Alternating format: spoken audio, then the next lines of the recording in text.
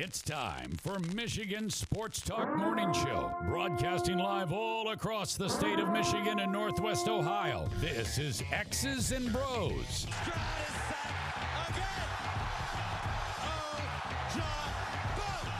Swings it out to Sadiq Bey. Gets Benny in the corner.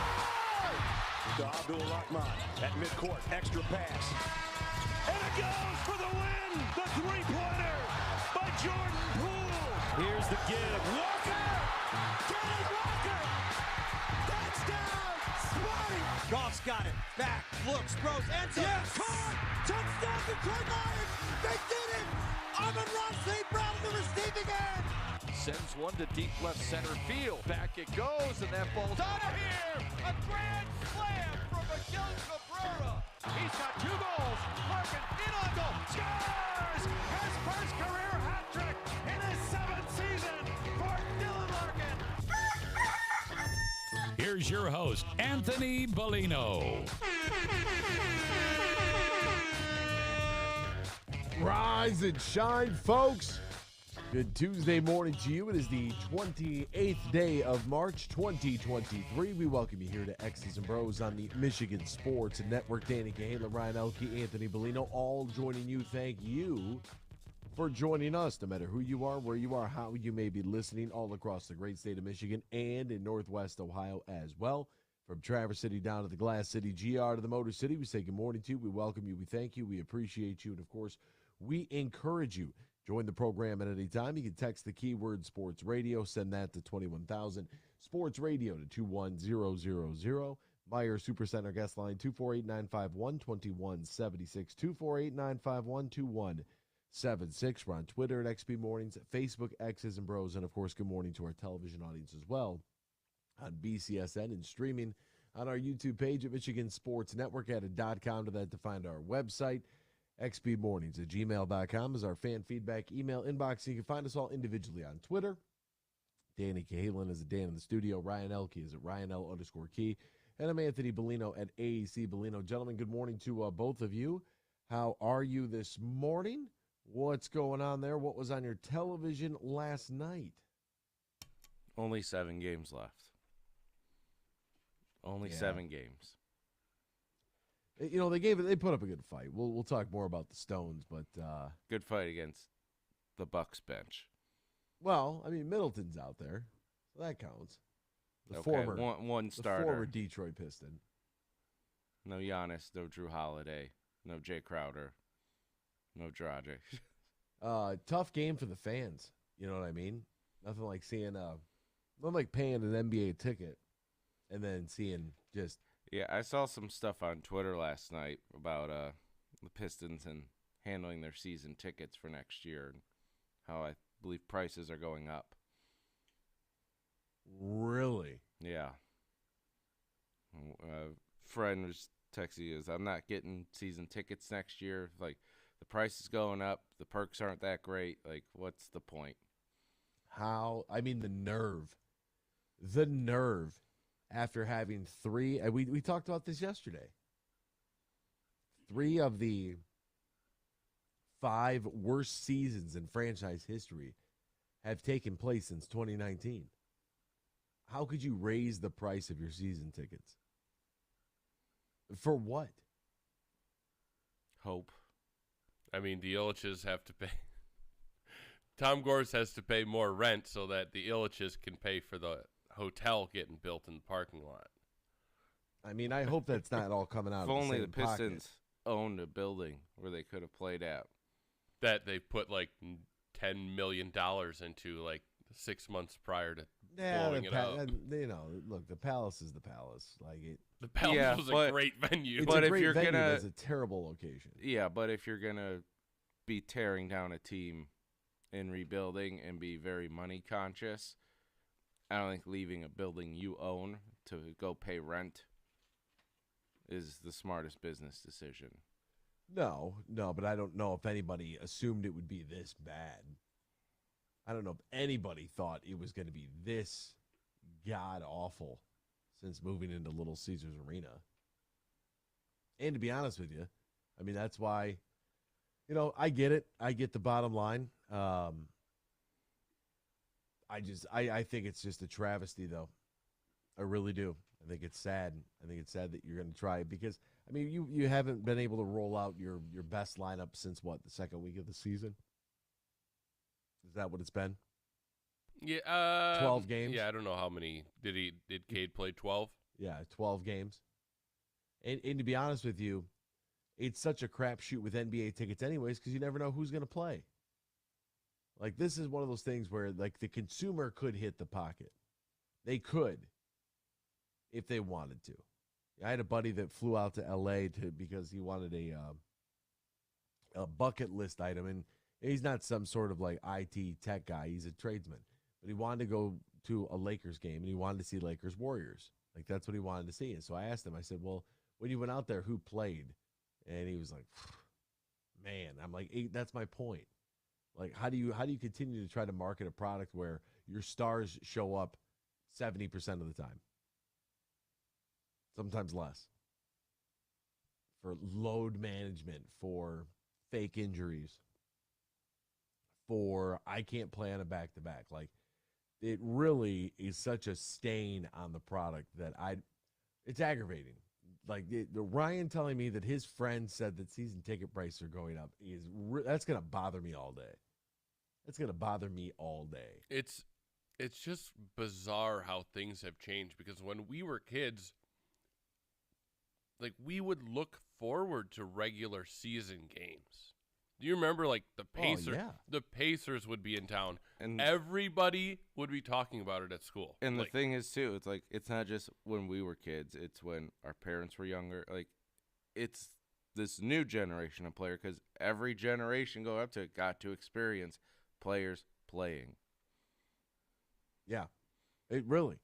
So it's not like, things were better. Not, they were better for everyone that was a fan of the NBA. Up until about 2005, when Greg Popovich began load management for his stars, and it has hit the league like a plague. It was way later than 2005. Like 2011. No, it might have been earlier when Pop No. started. When Pop started we'll load cut in the management, middle and call somewhere between 2005 and 2011. Somewhere in that time frame with the Spurs. That's when it caught fire. And now everybody's doing it. Yeah. You got guys on losing teams that are managing their workload. Like, stop. Pistons. Yeah. Oh, yeah. It's bad. It's bad. Like, watching that game last night, I'm like, well, at least Jaden Ivey's out there and Jalen Duren's out there, so that gives you a reason. As for Killian Hayes, I saw the first tweet from somebody outside of me that said, there's no way that Killian's on this team next year. And I was like, well, that's refreshing. That's refreshing. So that would mean that Killian Hayes, gone. Sadiq Bey, gone. Isaiah Stewart, just Fifth a guy. That's a really bad first draft class. 3 picks in the first round, and 1 guy's on your team, and he's going to be coming off the bench because he should be coming off the bench because he's a role player. Like, that's what he is. He is not a starter in the NBA. That's a really bad opening class there, Mr. Weaver. Cade Cunningham, we'll see. We shall see. I'm still not 100% sold on it, just because I think the butterfly effect of that pick with Killian Hayes, I think that really changed the course of the franchise. I'm hoping that Jaden Ivey and Jalen Duren are the answer moving forward. So that's about all we had for local sports. And that was it. Monday Night Raw was on. Oh, That's what I watched. Did It's you watch? the go-home show, as they say. WrestleMania this weekend. Oh, really? It is. Where at? Hollywood. They did a really, really cool the Goodfellas scene, the You Think I'm Funny scene with Roman Reigns and his crew. I'll send you the video. They remade it. It was very well done. Oh, so you got a big weekend ahead then, huh? WrestleMania, you going? Yeah, You flying out to Hollywood? No. My couch is great. It's 2 nights now, so that's a long weekend if you're doing that. That is a lot. All right, we'll step aside when we return. More on last night's game from the Detroit Pistons next here on X's and Bros on the Michigan Sports Network. From the biggest of big games to the littlest of the little. There you go! Go! No, first base! Go, run! Whenever you shop Meijer, you help support hundreds of local sports teams across the Midwest. From some of the biggest stadiums in the state to the familiar fields down the street. You're helping make a difference to the people and places you call home. Learn more at Meijer.com/community. They say consistency is the key to success. They weren't wrong. So how about grabbing a beer that's consistently smooth, consistently refreshing, and consistently light? You might just find that the road to success can be pretty enjoyable. Michelob Ultra, the perfect balance of taste and refreshment, and only 2.6 carbs and 95 calories. It's only worth it if you enjoy it. Enjoy responsibly. Anheuser-Busch Michelob Ultra Light Beer, St. Louis, Missouri. When you're in construction, you know that every minute matters and every dollar counts. You've got materials to purchase, employees to pay, and deadlines to meet. What you don't have is time to worry about your accounting, taxes, or ways to grow your business. That's where we come in. We're Bean Garter. And while your business is construction, our business is helping you run your business better. From tax planning, payroll processing, or R&D credit studies, we're here for you with concrete advice and answers. Let us help you build a solid foundation for your business. Whether you're a subcontractor, developer, architect, or engineer, of all the things you build, make your business the strongest. Experience service, expertise, and simplicity at Bean Garter. Find us online, beangarter.com. Bean Garter.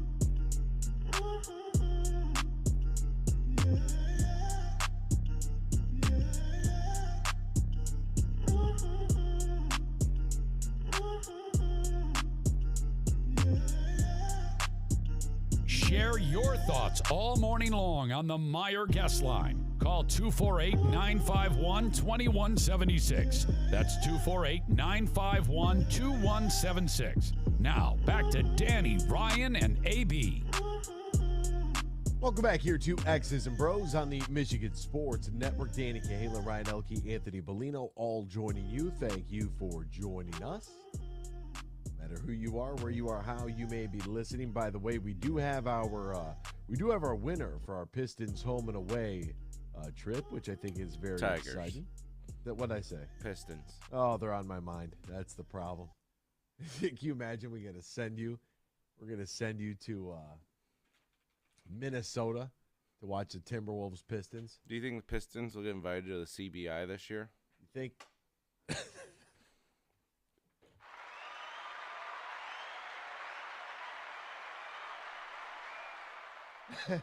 That's good. That's good. Well played there, sir. Sean Higgins from Woodhaven is our winner of our Tigers opening day home and away promotion. So congratulations to Sean Higgins in Woodhaven. Woodhaven Warriors, nice. Yeah. So he's going down to Tampa Bay. He and a friend or his spouse or whoever he wants to take. They're going down to Tampa Bay, 3-night stay in luxurious Tampa, Florida. By the way, I think it's a highly underrated city. He'll go to the Rays-Tigers game and then be able to stay down there. Airfare and all that is included, and then they'll come back and they'll get to go to opening day. Tigers Red Sox first week of April. So congratulations to Sean Higgins in Woodhaven. And if you know Sean in Woodhaven, then you need to tell him that we talked about him today on the radio and say, hey, I heard him talking about you, in case Sean is not listening. You're like, hey, you have any plans this week?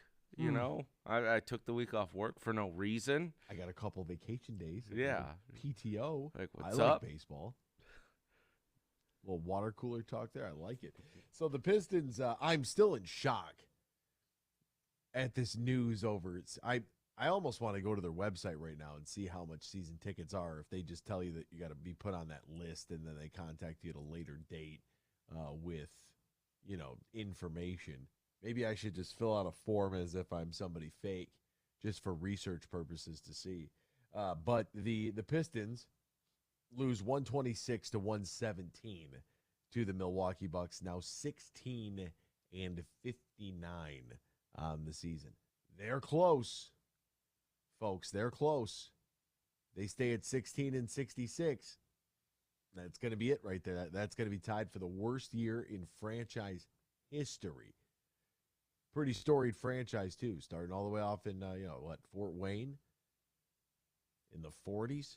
And here we are. We find ourselves with a losing season of epic proportions that I don't think anybody could have thought it was going to be this bad. And it is gross. Losing streak now extends to 6 games with a road trip to go see SGA and the Oklahoma City Thunder upcoming on the docket. Last night, Marvin Bagley, he had 16 and 9. Isaiah Livers at 4 of 5 shooting had 9, 6, and 2. He was 1 of 1 from 3. Little step back action in the paint, like that shot, that look from him. James Wiseman had 14 and 6. Jaden Ivey had 32 points and 9 of 19 shooting.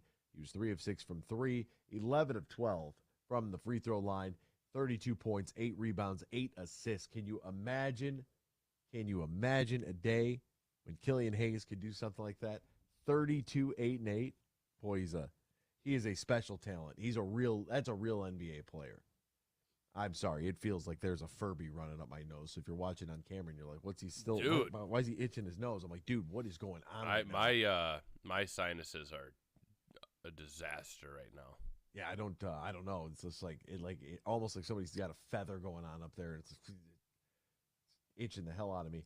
Killian Hayes finished with 14 points on 6 of 17 shooting. He had 3 rebounds, 5 assists. It is what it is. Jalen Duren off the bench, 18 and 10. I want to see him play more. And I think that, for the future of this program, I don't know. I think you play Duren at the 5, Bagley at the 4, and then you see, right now, I don't mind them tinkering with Wiseman and Bagley out there at the same time. I don't mind them tinkering with Duren and Bagley out there. I think that Marvin Bagley's a true 4, and I think that that's why adding Wiseman and Duren is kind of nice because you could put Isaiah Stewart, if he ever comes back to the lineup, you could put him at his true position of number 4. Bagley can play a 4. But defensively, dude, they get so lost on possessions where, it's 1 or 2 passes and guys are scrambling all over the place. It's like, how did that happen? Because they don't pass. They don't understand that a couple passes, you get guys out of position. They don't do that. Like we talk, it's ISO ball all the time. Goodness gracious. I mean, we had guys running around in circles last night trying to catch up to the basketball, and it's like, what are we doing from a concept and from a fundamental standpoint?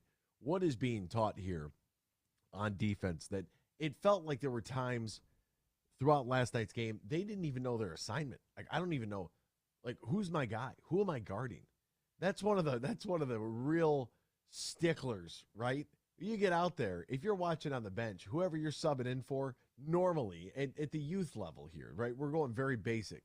The youth level here, whoever you're subbing in for, you have got to guard their guy. So it's important that you pay attention when you're on the bench, because if you go in there and you don't know who you have, you might come right back out. That might happen. Or you say, who you got? Who you got? 6. Okay. Thank you. Is it that hard? Is it that hard? I mean, it is. It's just preposterous. So Duren with it. That is the one good thing, the saving grace for me, is Jalen Duren and Jaden Ivey, because between the two of them, they had 50 points. They had 18 rebounds. They had 11 assists and a steal. Like, that's fantastic. Like, good for them. Like, that's what I want. That's what I want for those two. R.J. Hampton doesn't give you much. Corey Joseph doesn't give you much. And that's... You wanted R.J. Hampton to. I wanted it. He's, he's like super athletic and just has springs for legs, but you don't get anything out of it. Sometimes, guys are really athletic like that, and there just isn't like the basketball guy isn't there. You know what I mean? Like, where's the basketball player? I don't need hoopers, as they're so often referred to as, right? Everyone's like, oh, are you a hooper or a basketball player? I want to be a basketball player. Like, a hooper doesn't last long in the league. People will refer to Kevin Durant as a hooper. Like, no, the dude can play. He can play basketball. I did see that the Pistons did sign Eugene Omoruyi for a 2-year deal, which includes a team option for 23-24, according to league sources. So congratulations to Eugene, who has a PhD. The best line Dwayne Casey said all year. His PhD stood for, what was it? Poor, hungry, and determined, or something like that. I absolutely, I thought it was great. I loved it so much I forgot what it was. There is at least one good thing about the Detroit Pistons' loss to the Milwaukee Bucks last night. This comes from Terry on the West Side, our lead research analyst. Detroit's season is one game closer to being over. Jaden Ivey scored 32 points to lead the Pistons, while ex-Detroiter Chris Middleton led the Bucks with 34. Projected season-ending record is now 17-65.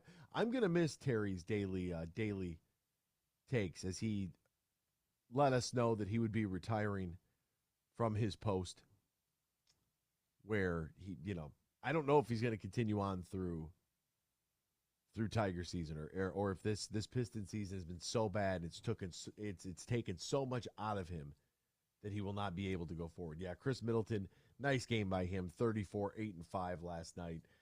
Brook Lopez, 24 and 14. Bobby Portis, 21 and 14. With a full complement of players, I think that Milwaukee wins the East this year. I really do. I think they got enough. I think Giannis is playing at an MVP level, even though he didn't play last night. And they have the perfect mix of veteran guard play, shot makers. They've got those guys. Veteran guards, shot makers, a superstar in Giannis, and experience. All of those things matter. I like Milwaukee in the Eastern Conference. We'll step aside when we return. Wait until you hear what I heard about the transfer portal and NIL coming up next year. X's and Bros, Michigan Sports Network. From the biggest of big games to the littlest of the little. There you go!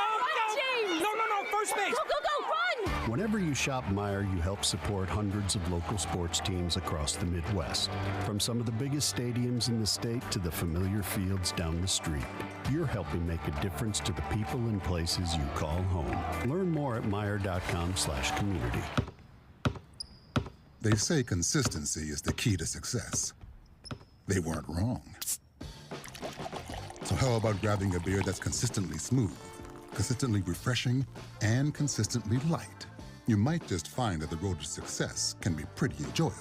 Michelob Ultra, the perfect balance of taste and refreshment, and only 2.6 carbs and 95 calories.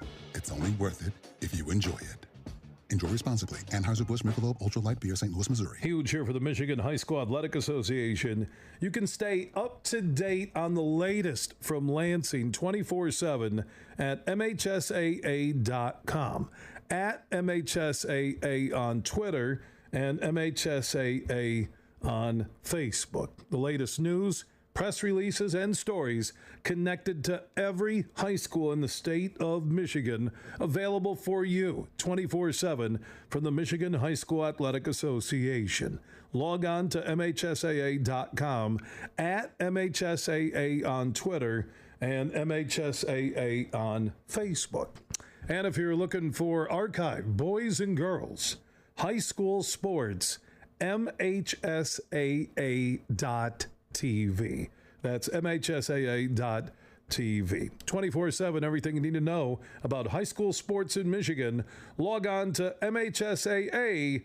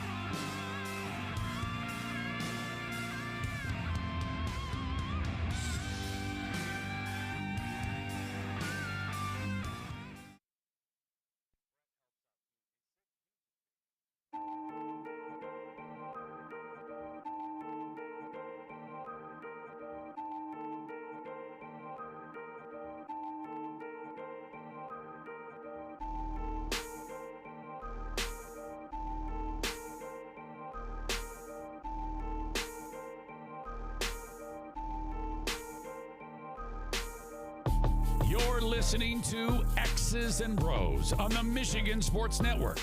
Can't call in? Text us using the keyword sports radio and send it to 21000 or tweet us at XB Mornings. Now back to Danny Cahalan, Ryan Elke, and Anthony Bellino.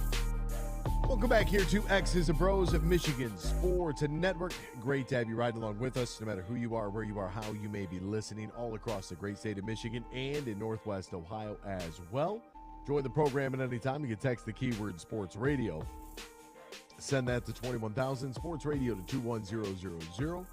Meyer Supercenter guest line 248-951-2176, 248-951-2176. All right, if USDA Scott is, or any other college athletics purist is in the car right now, I need you to turn the radio up, and I need you to hold on to the steering wheel for this story.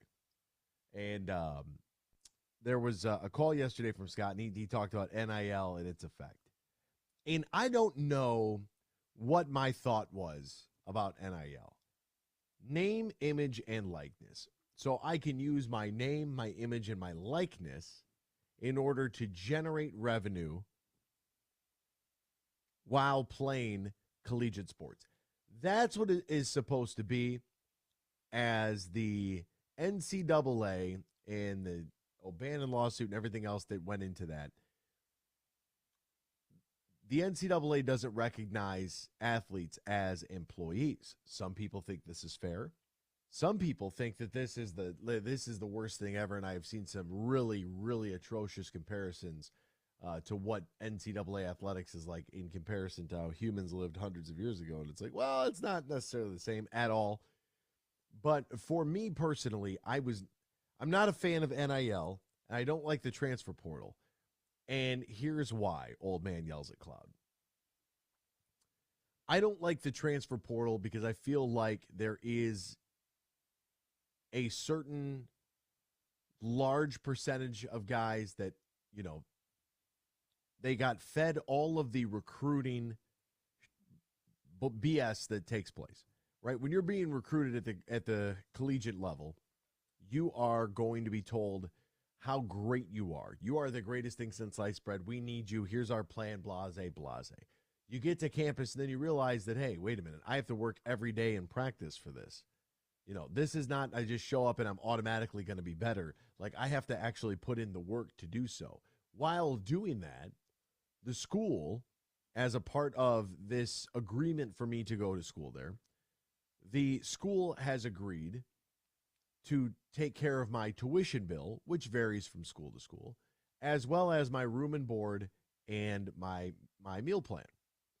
That's a pretty good gig.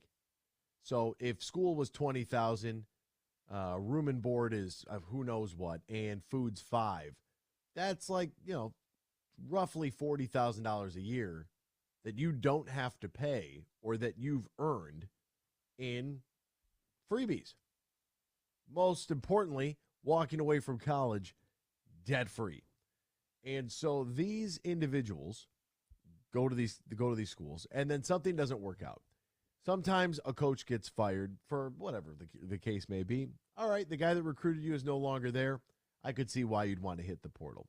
A lot of the times, though, I'm not getting the playing time that I want to get. I'm a freshman. I was supposed to be a 4-year starter and set every record, and I'm not doing it.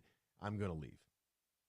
Oh, wait a minute. They recruited me. I signed on the dotted line, and right away, they started working on the next class, and there's a guy who plays my position. They're telling him all the same things. I don't really like the transfer portal. And people will compare it all the time to your job. Well, you could leave your job right now. Dan and Ryan could leave this job right now. I could leave this job right now and go get a different job in radio, right? None of us have non-competes, which is huge in our business. That's great. But it's not the same, because although we are being paid by our employer for providing a service, well, you guys can leave. Why can't the kids? Because I'm going to leave to go get paid by another employer for my services. And some people might want to apply that to, you know, what an academic and athletic scholarship looks like. NIL was supposed to be the opportunity that, although you're not employees, because if you're employees, You're going to have to unionize. And if you're employees, then there's no more, well, you can only practice 18 hours a week because you're a student athlete and you got to do this. No. You're an employee. You can work up to 40 hours a week. What are we doing here? Like, let's go. And if they want to do that, I'm fine with that. If they want to collectively bargain against the NCAA as an institution, I think that that's a great idea as well.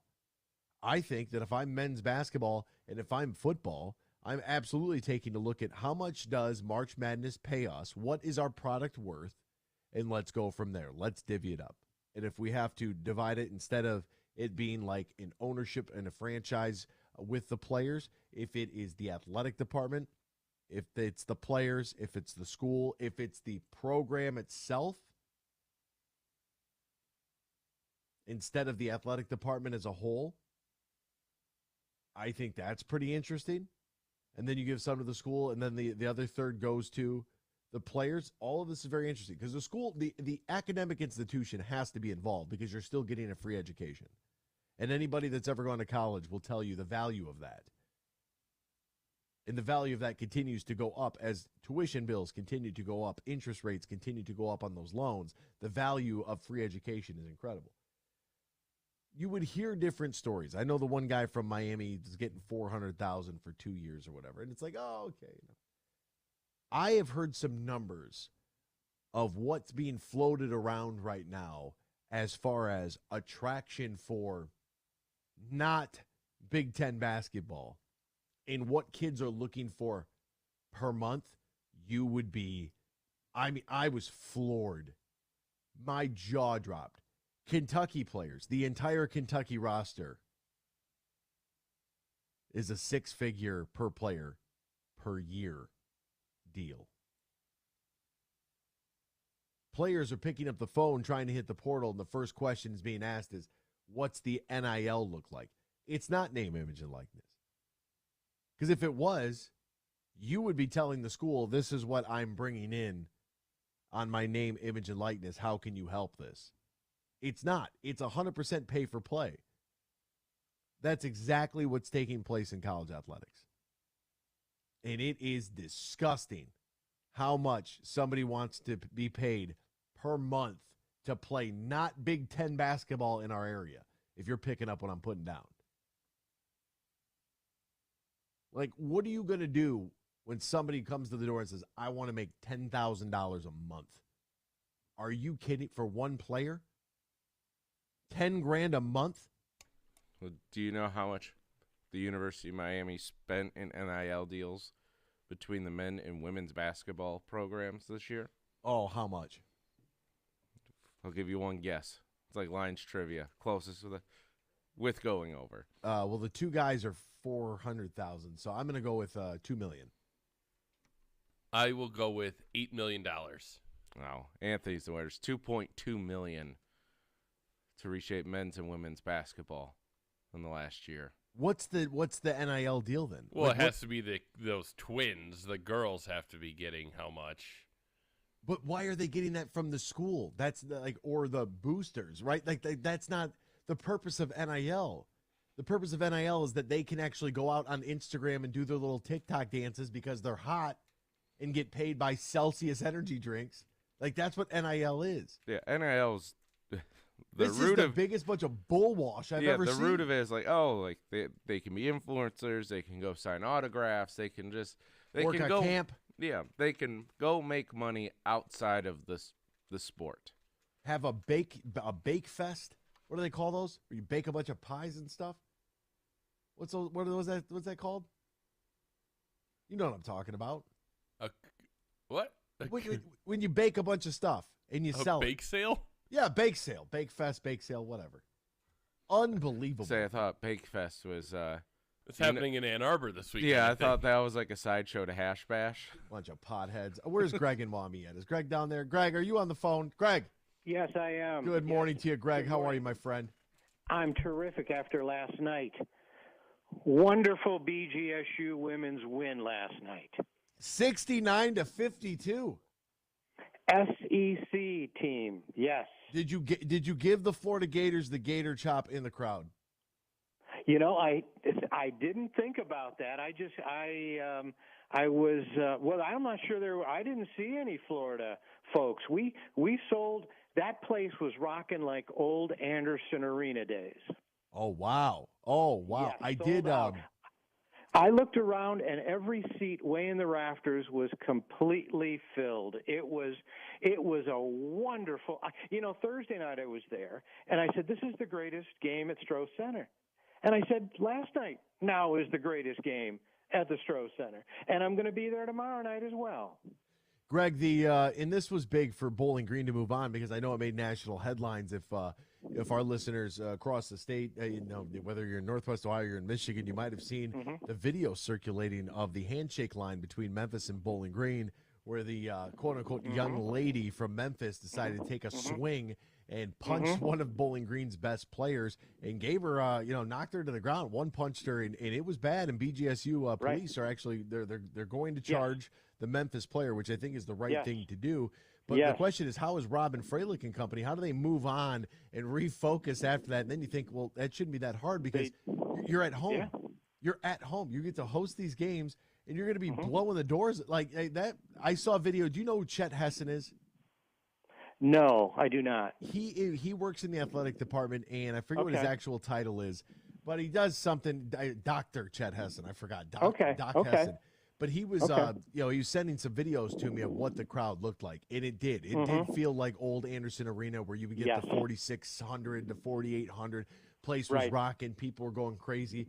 Very, very happy for Robin Freilich and for Bowling Green for the year. I think we have moved on. I think that's in the rearview mirror. I want to tell you that Thursday night I was in row B.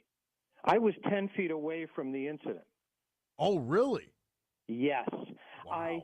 I was sitting right behind Jerry Anderson. I was sitting actually next to his wife, and it got chippy, and there was an incident between the two of them in the second quarter. And then this Memphis woman started yapping away at her, and I went, "Oh, this is not looking good." The next thing I know, a punch was thrown, and I couldn't see our player because she was in front of the scoreboard.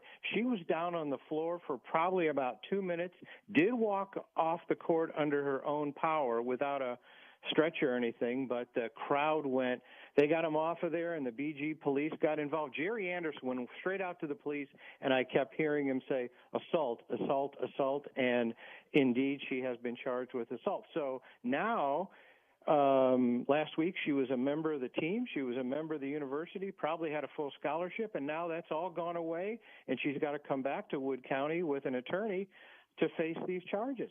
Good.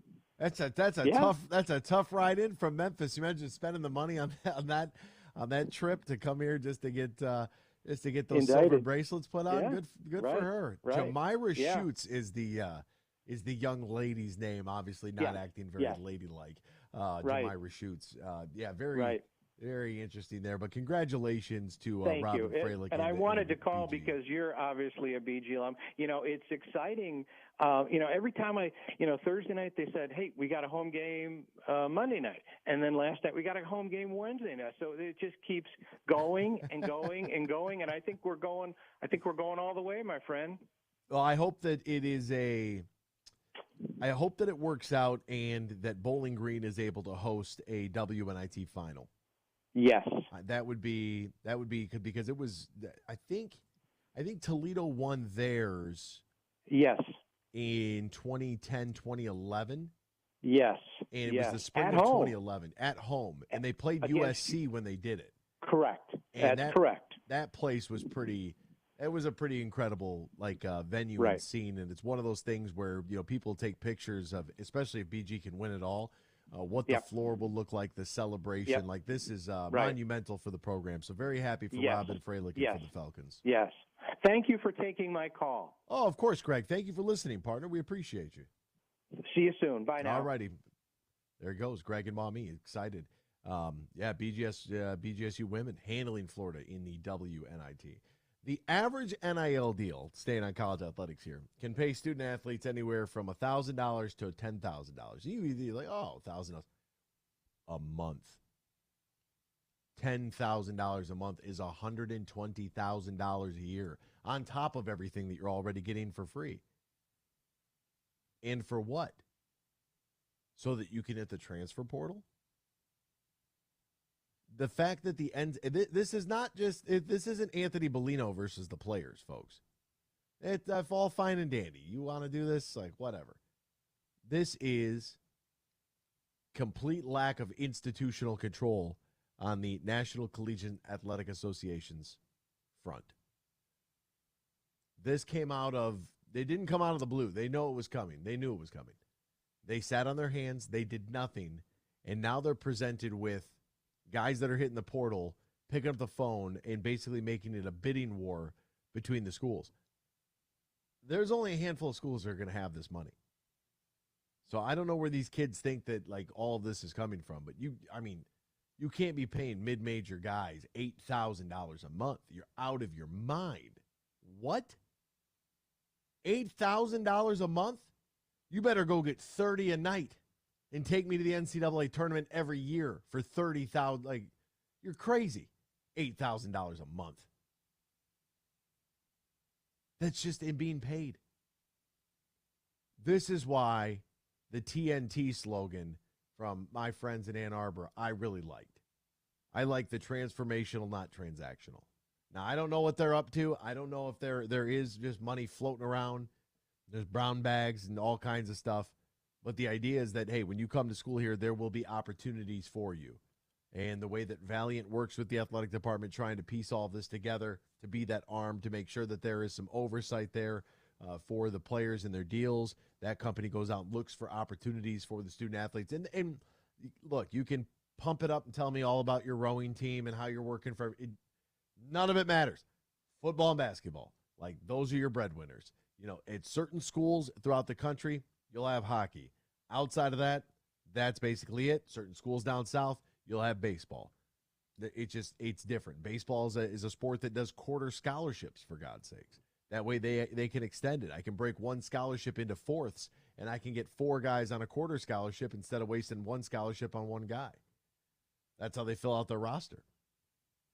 Like, this is an absolute disaster, what is taking place. And if you are a college athletics, like, purist, if you're one of those people that thought that the opportunity to play for the school, the opportunity for the free education, all the free gear, the free tabs at bars that nobody talks about, the free food, all the freebies that come along with being a college athlete, if you thought that that was good enough and you were, you know, the fight song and the flags and the rouser and all that good stuff, I'm sorry.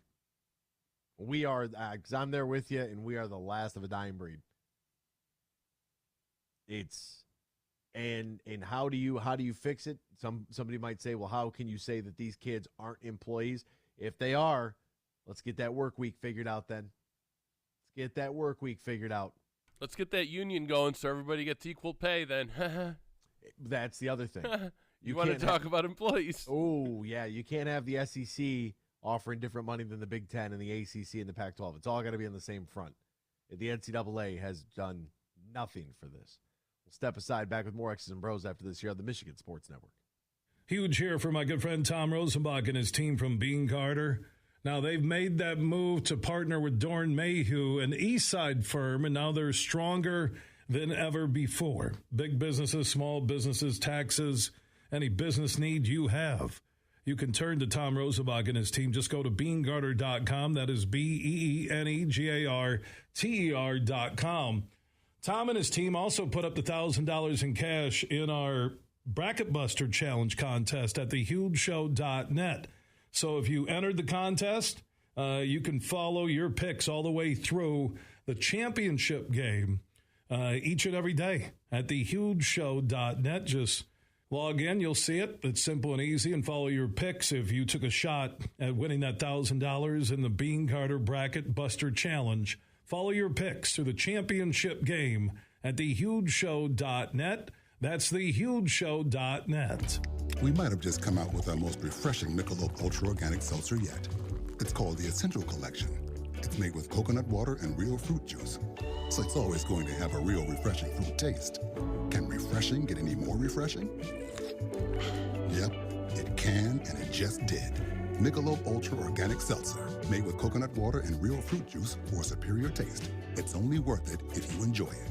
Enjoy responsibly. Anheuser-Busch Michelob Ultra Organic Seltzer, IRC Beer, St. Louis, Missouri. Huge here for all the Mr. Car Wash locations. I think there's close to 30 across the Huge Radio Network. For the one close to you, go to MrCarWash.com, and there you can join their Unlimited Wash Club. Now, this is a quick and convenient way to keep your car shining all the time. It's everything you love about getting your car washed in a simple, easy-to-use, affordable plan. As an Unlimited Wash Club member, you will enjoy all the benefits of washing as often as you like, no long-term contract, convenient monthly billing, and now you can be rest assured with a contactless visit. So go to MrCarWash.com right now, sign up for their Unlimited Wash Club Pass, and that means you can get your car washed at any Mr. Car Wash location across the Huge Radio Network or anywhere in America. And for the location close to you across the Huge Radio Network, you can also log on to MrCarWash.com.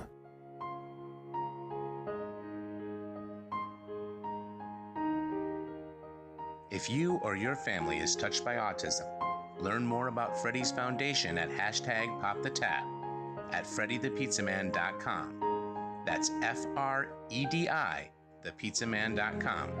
Or email FreddyThePizzaman@gmail.com.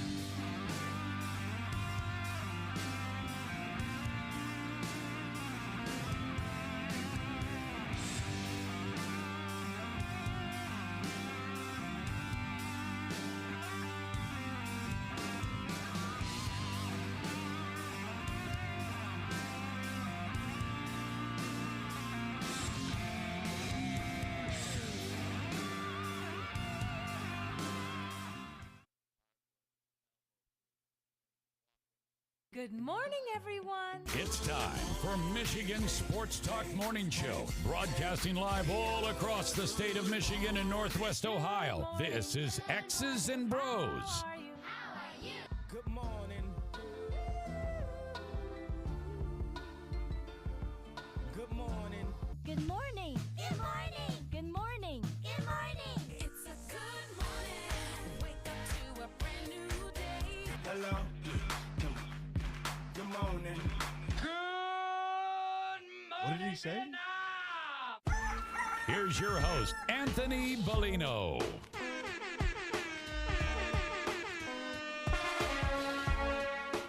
Rise and shine, folks. Good Tuesday morning to you. It is the 28th day of March 2023. My goodness.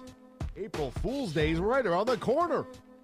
About to be the first of the month again. Boy, time is just flying. Once you get through the 48 weeks that are January, the rest of the year just goes by in a blink of an eye. Great to have you ride along with us, no matter who you are, where you are, how you may be listening, all across the great state of Michigan and in Northwest Ohio as well, from Traverse City down to the Glass City, GR to the Motor City. We say good morning to you. We welcome you. We thank you. We appreciate you. And, of course, we encourage you. Join the program at any time. Text the keyword sports radio. Send that to 21,000. Sports radio to 21000. Meyer Supercenter guest line 248-951-2176. 248-951-2176. We're on Twitter at XB Mornings, Facebook, X's and Bros. And, of course, good morning to our television audience as well on Comcast, or pardon me, BCSN and YouTube. One day I'm going to shake the Comcast thing.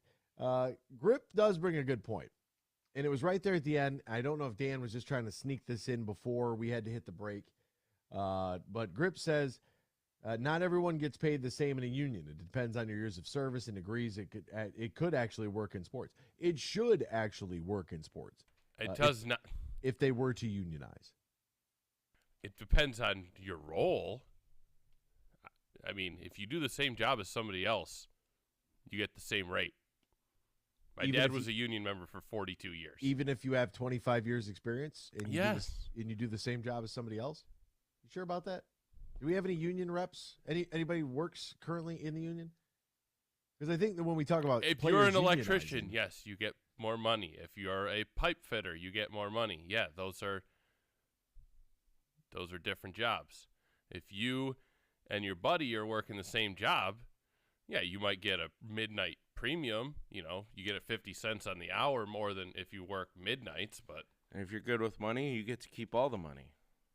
Well, regardless, I think when it comes to unionizing, what is important is that if the players are going to do so with a collectively bargained agreement, that would have, you know, it would put in place some structure as to when can they practice, how long can they practice per week, and how much money, most importantly, how much money is being divvied up, right? Based on the television contracts and everything else, what does the basketball-related income look like for college hoops? What does the football-related income look like for college football? And then we can stop with all this, you know, PC nonsense about how all the different athletic teams matter. They don't. It's all about what generates revenue.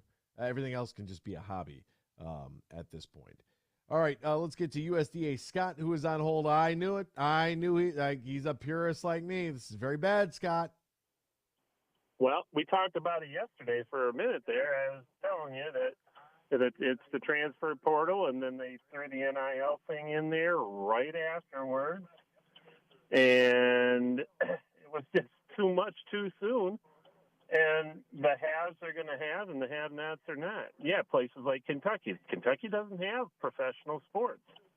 They got a lot of money in that state to spend. Places like Florida and Texas, where they're so much bigger states, there's a lot more money to spread around. And that's what you're going to see for a while is that, you know, these kids are going to say, well, yeah, I'll transfer, but I got to have $100,000. And, yeah, that's what they're doing right now. I'll leave and I'll go here, but what's your NIL looking like? Like, what do you mean? What's our NIL looking like? What's your NIL looking like? That's why Harbaugh doesn't publicize that. I respect him for that, and I just, you know, it was a need. These kids generate so much money for these universities. They should get something. Now, I know the old adage was, and I used to say it all the time, you get your education. You get your free education, and that's any more, that's a $150,000 bill. And I think that's enough, but, I used to get paid for turning the lights on at 6 o'clock at night and came back and turned them off at 11 at the IM. I got paid for that whole 5 hours. Dude, working rec is the best, Scott. Yeah, but that's how they say it. Oh, and by the way, and last thing, I don't know who it was, Bono, Uso, whatever his name was yesterday. Just because your smartphone or your little laptop can spell incoherent does not mean you know what it means. So Who's Bono? I am very coherent in what I The say. guy who tweeted yesterday. Oh.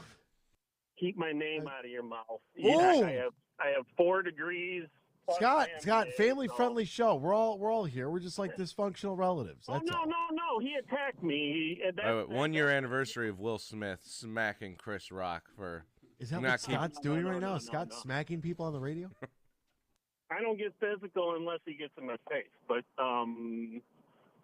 you can't say that. That's like people picking on Freddie. Freddie has the guts to make a take. He let him make his take. That's if what you I don't say. agree, you don't agree. Yeah. That's just, I'm right there. That's what I say. These are open phone lines for any and all. Scott, good to hear from you this morning, my friend. you guys. Our philosophy is that coming to the University of Michigan is going to be a transformational experience rather than a transactional experience. I've always been for student athletes being able to profit off of their name, image, and likeness. It just makes sense. I think we can all agree that's something that is fair and right. That is one of the original quotes there from Jim Harbaugh. Yeah, like the student coming, what's my NIL? What is your name, image, and likeness? Please do share with us how much money What's you're your bringing. stat line? Yeah, exactly. You got any deals? No? Can we help facilitate those? Yes. Can I drop off a brown bag of money for you coming here? No. And that's exactly what's happening. And welcome to college sports. What else is going on in the world of sports? We'll try to get you all caught up. We'll do so real quick right now in the headlines. Big news. I have a little news flash. Let's check the headlines. No, it's real news for once. The biggest stories of the local, regional, and national news. This is huge news. Quarterback Lamar Jackson says that he has requested a trade from the Baltimore Ravens. He said that he requested it back on March 2nd. This is interesting. More on this coming up next here on the program. The Jets general manager said that there's no rush on Aaron Rodgers, and Lamar Jackson is not an option for the team. Luka Doncic led the Mavs to a win after the NBA has rescinded his technical foul, which means he can still play and doesn't have to miss a game, which is good, I suppose. Maybe less whining and crying from him, and he won't have any technical fouls. You keep running out there with a box of Kleenex, well, that's what's going to happen. Pistons lose again last night, 126-117. Lost to Milwaukee, who did not have Drew Holiday or Giannis Antetokounmpo. Both of them sat out the game because, well, it's the NBA and that's what they do. You don't need to play against the Pistons anyways. That's a good night off. Former UNC and NBA big man Eric Montrose. Remember this name? He has cancer. The 51-year-old got a diagnosis, didn't specify the nature of the cancer. Connor McDavid became the first NHL player since 1996 to reach 140 points in a season. Congratulations. He picked up an assist for point number 140 last night as the Oilers beat the Arizona Coyotes 5-4. My goodness. 140 points. That's more than the Red Wings will have as a team. That's crazy. Last Oilers player to do this, Wayne Gretzky, 1987-1988. What a year that was. Holy mackerel, what a stretch. Connor McDavid, who has more goals than Dylan Larkin has points. Pretty crazy. McDavid, the All-Star, he's run away with the Hart Trophy. He's the MVP. Became the first player to reach the mark since Mario Lemieux and Jaromir Jagr both did it in 95-96 on the same team. That's crazy. McDavid also became just the 7th player in NHL history with 60 goals and 80 assists in a season. An incredible run out there in Edmonton. We'll step aside when we return. What's the word on Lamar? This is interesting. Get ready to get your Twitter fingers going. We'll talk about it next year. X's and Bros, Michigan Sports Network. From the biggest of big games to the littlest of the little. There you go! Go! No, first base! Go, run! Whenever you shop Meijer, you help support hundreds of local sports teams across the Midwest. From some of the biggest stadiums in the state to the familiar fields down the street. You're helping make a difference to the people and places you call home. Learn more at Meijer.com/community. Huge here for my good friend Tom Rosenbach and his team from Bean Carter. Now, they've made that move to partner with Dorn Mayhew, an Eastside firm, and now they're stronger than ever before. Big businesses, small businesses, taxes, any business need you have. You can turn to Tom Rosenbach and his team. Just go to BeanGarter.com. That is BeanGarter.com. Tom and his team also put up the $1,000 in cash in our Bracket Buster Challenge contest at thehugeshow.net.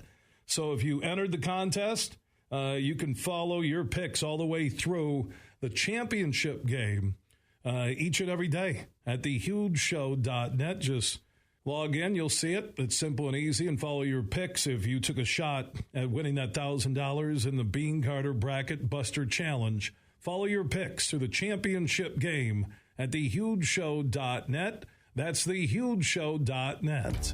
We might have just come out with our most refreshing Michelob Ultra Organic Seltzer yet. It's called the Essential Collection. It's made with coconut water and real fruit juice, so it's always going to have a real refreshing fruit taste. Can refreshing get any more refreshing? Yep, it can, and it just did. Michelob Ultra Organic Seltzer, made with coconut water and real fruit juice for a superior taste. It's only worth it if you enjoy it. Enjoy responsibly. Anheuser-Busch Michelob Ultra Organic Seltzer, IRC Beer, St. Louis, Missouri.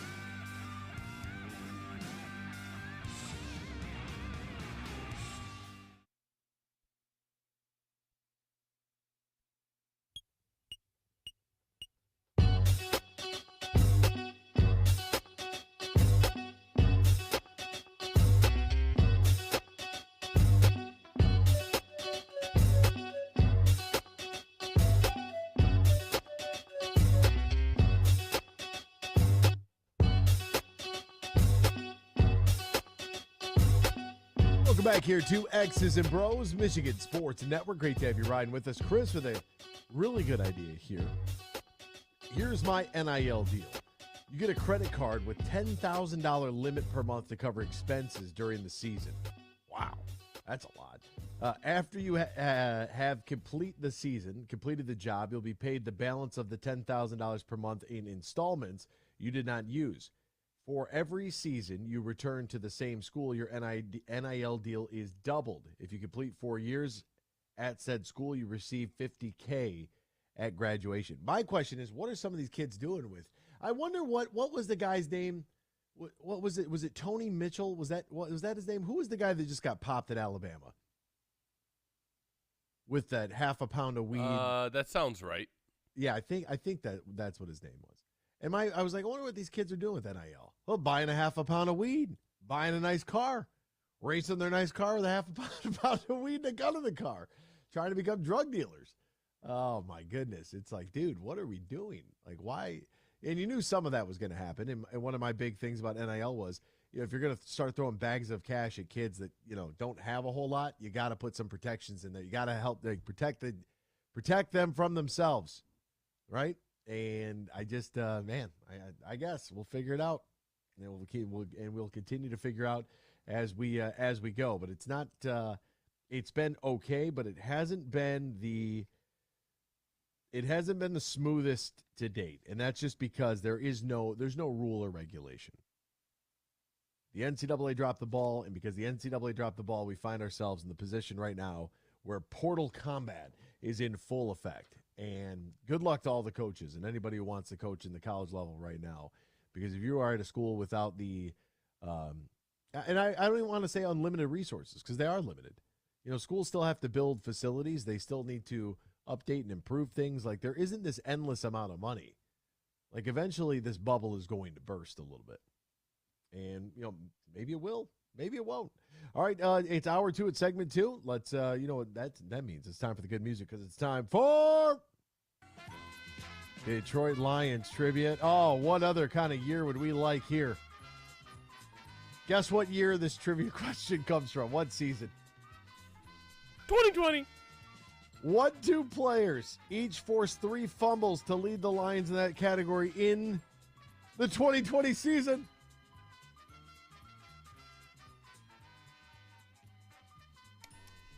Kennard or Aquara.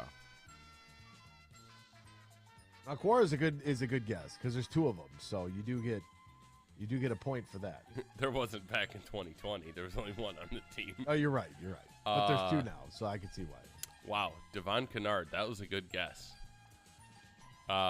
Romeo is correct, by the way. He's a Bob Quinn guy. Kerry Hyder. JC, that's right. Jamie Collins Sr.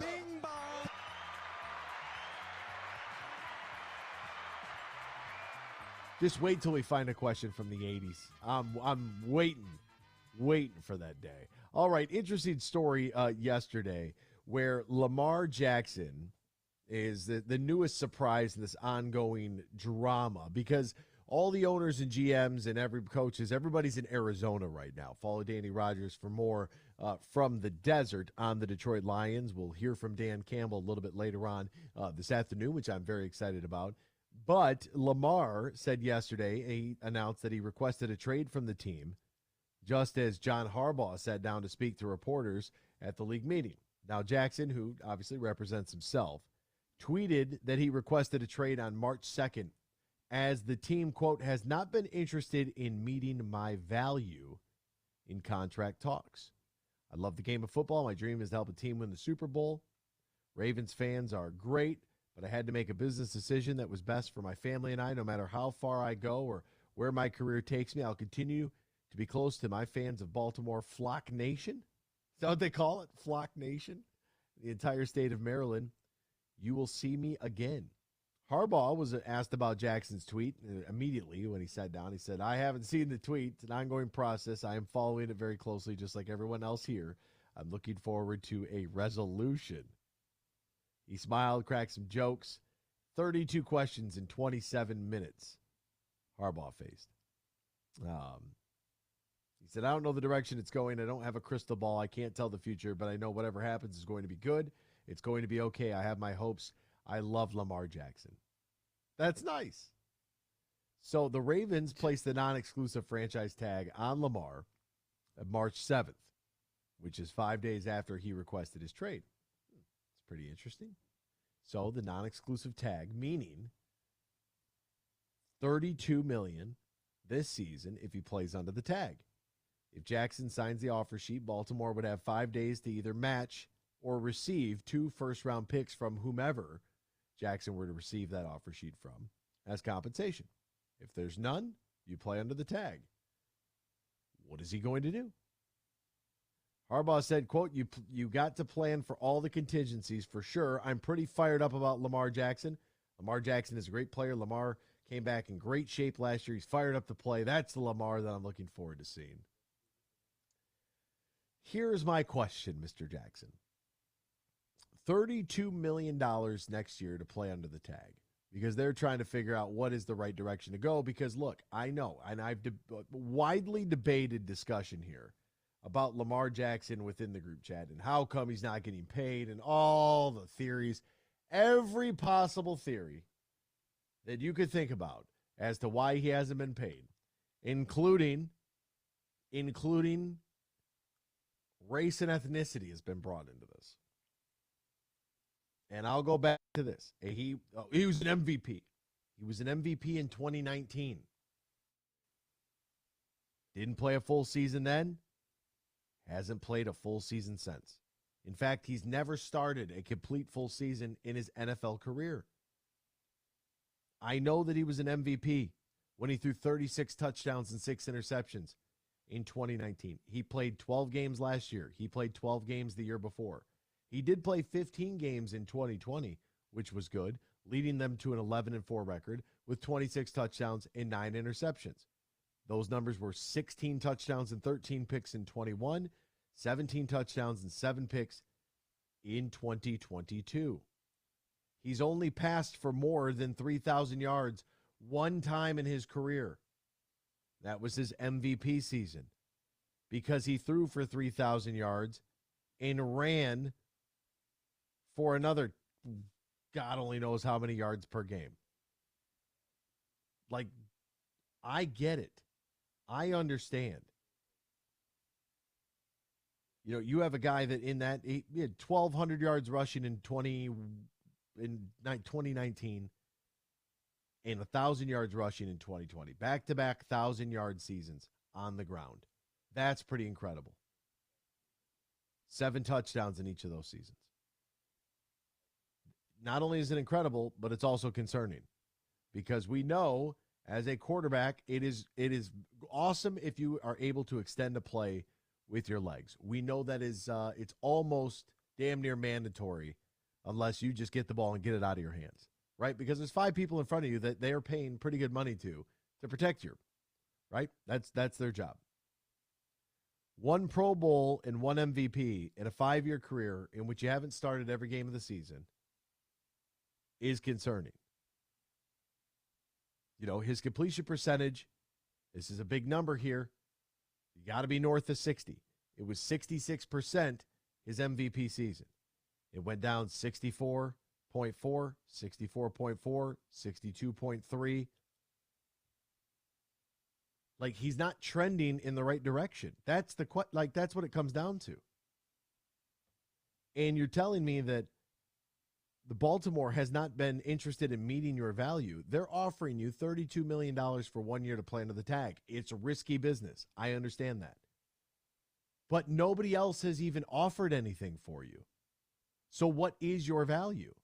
Or are you overvaluing yourself? Because no team is willing to fork up the money to pay you $30+ million a season and lose 2 future firsts. It's not going to happen, man. You've overvalued yourself. You took your legs right out from under you. We'll step aside when we return. The coach, let's talk a little March Madness with Kyle Barlow next here. X's and Bros, Michigan Sports Network.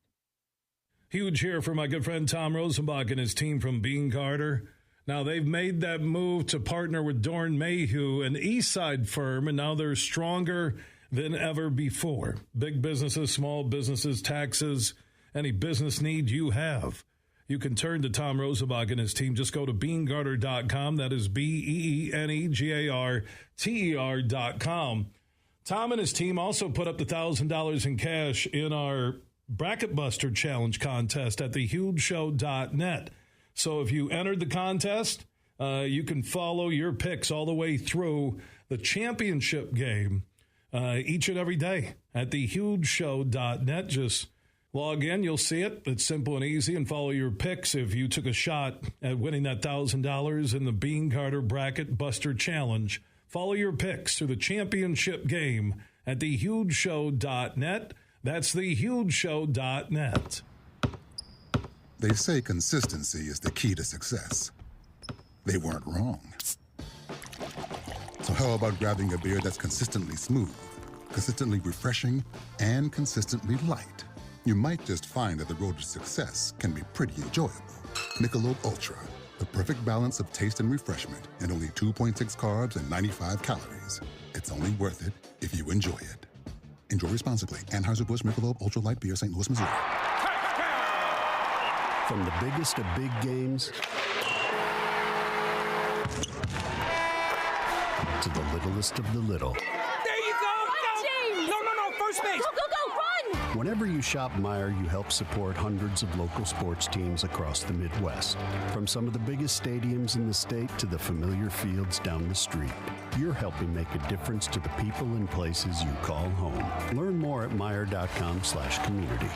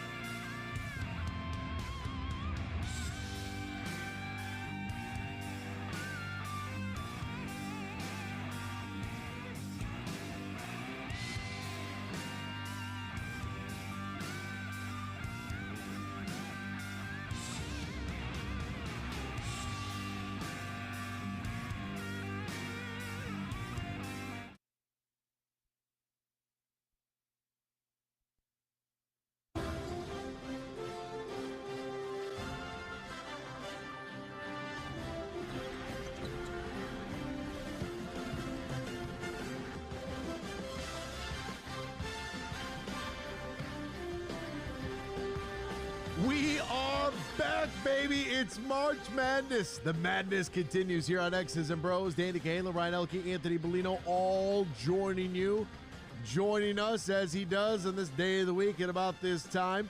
He did his GA years under John Beeline at the University of Michigan, a Concordia alum, a real Michigan man who's just coaching a little south of the border down there in Athens, Ohio for the Ohio University Bobcats. A good friend, the coach, Kyle Barlow. Coach Barlow, my friend. This is chaos, man. I'm yelling. You got the music in the background, studio audience. I'm trying to get them to sit down. How the hell are you, partner? Great, man. Good. And a great morning to you guys.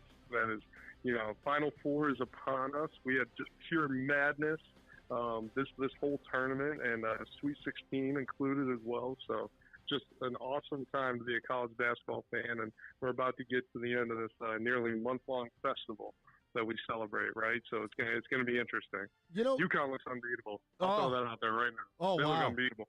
I mean, they're just housing people left and right. I mean, just boat racing. I mean, they 87-63, 70-55, 88-65, and 82-54. Their 4 game scores. Is anybody playing better basketball than the UConn Huskies right now? No, absolutely not. And you look at, maybe Nova Southeastern Sharks down there who just won the D2 national championship. Shout out to Nova Southeastern. They were boat racing people too. But if you look at UConn, and this happens usually when it comes to Final Fours, when you start looking at, they were nearly unbeatable, or they were unbeatable to begin the year. In the non-conference, I believe they were 14-0 or 15-16-0, something like that.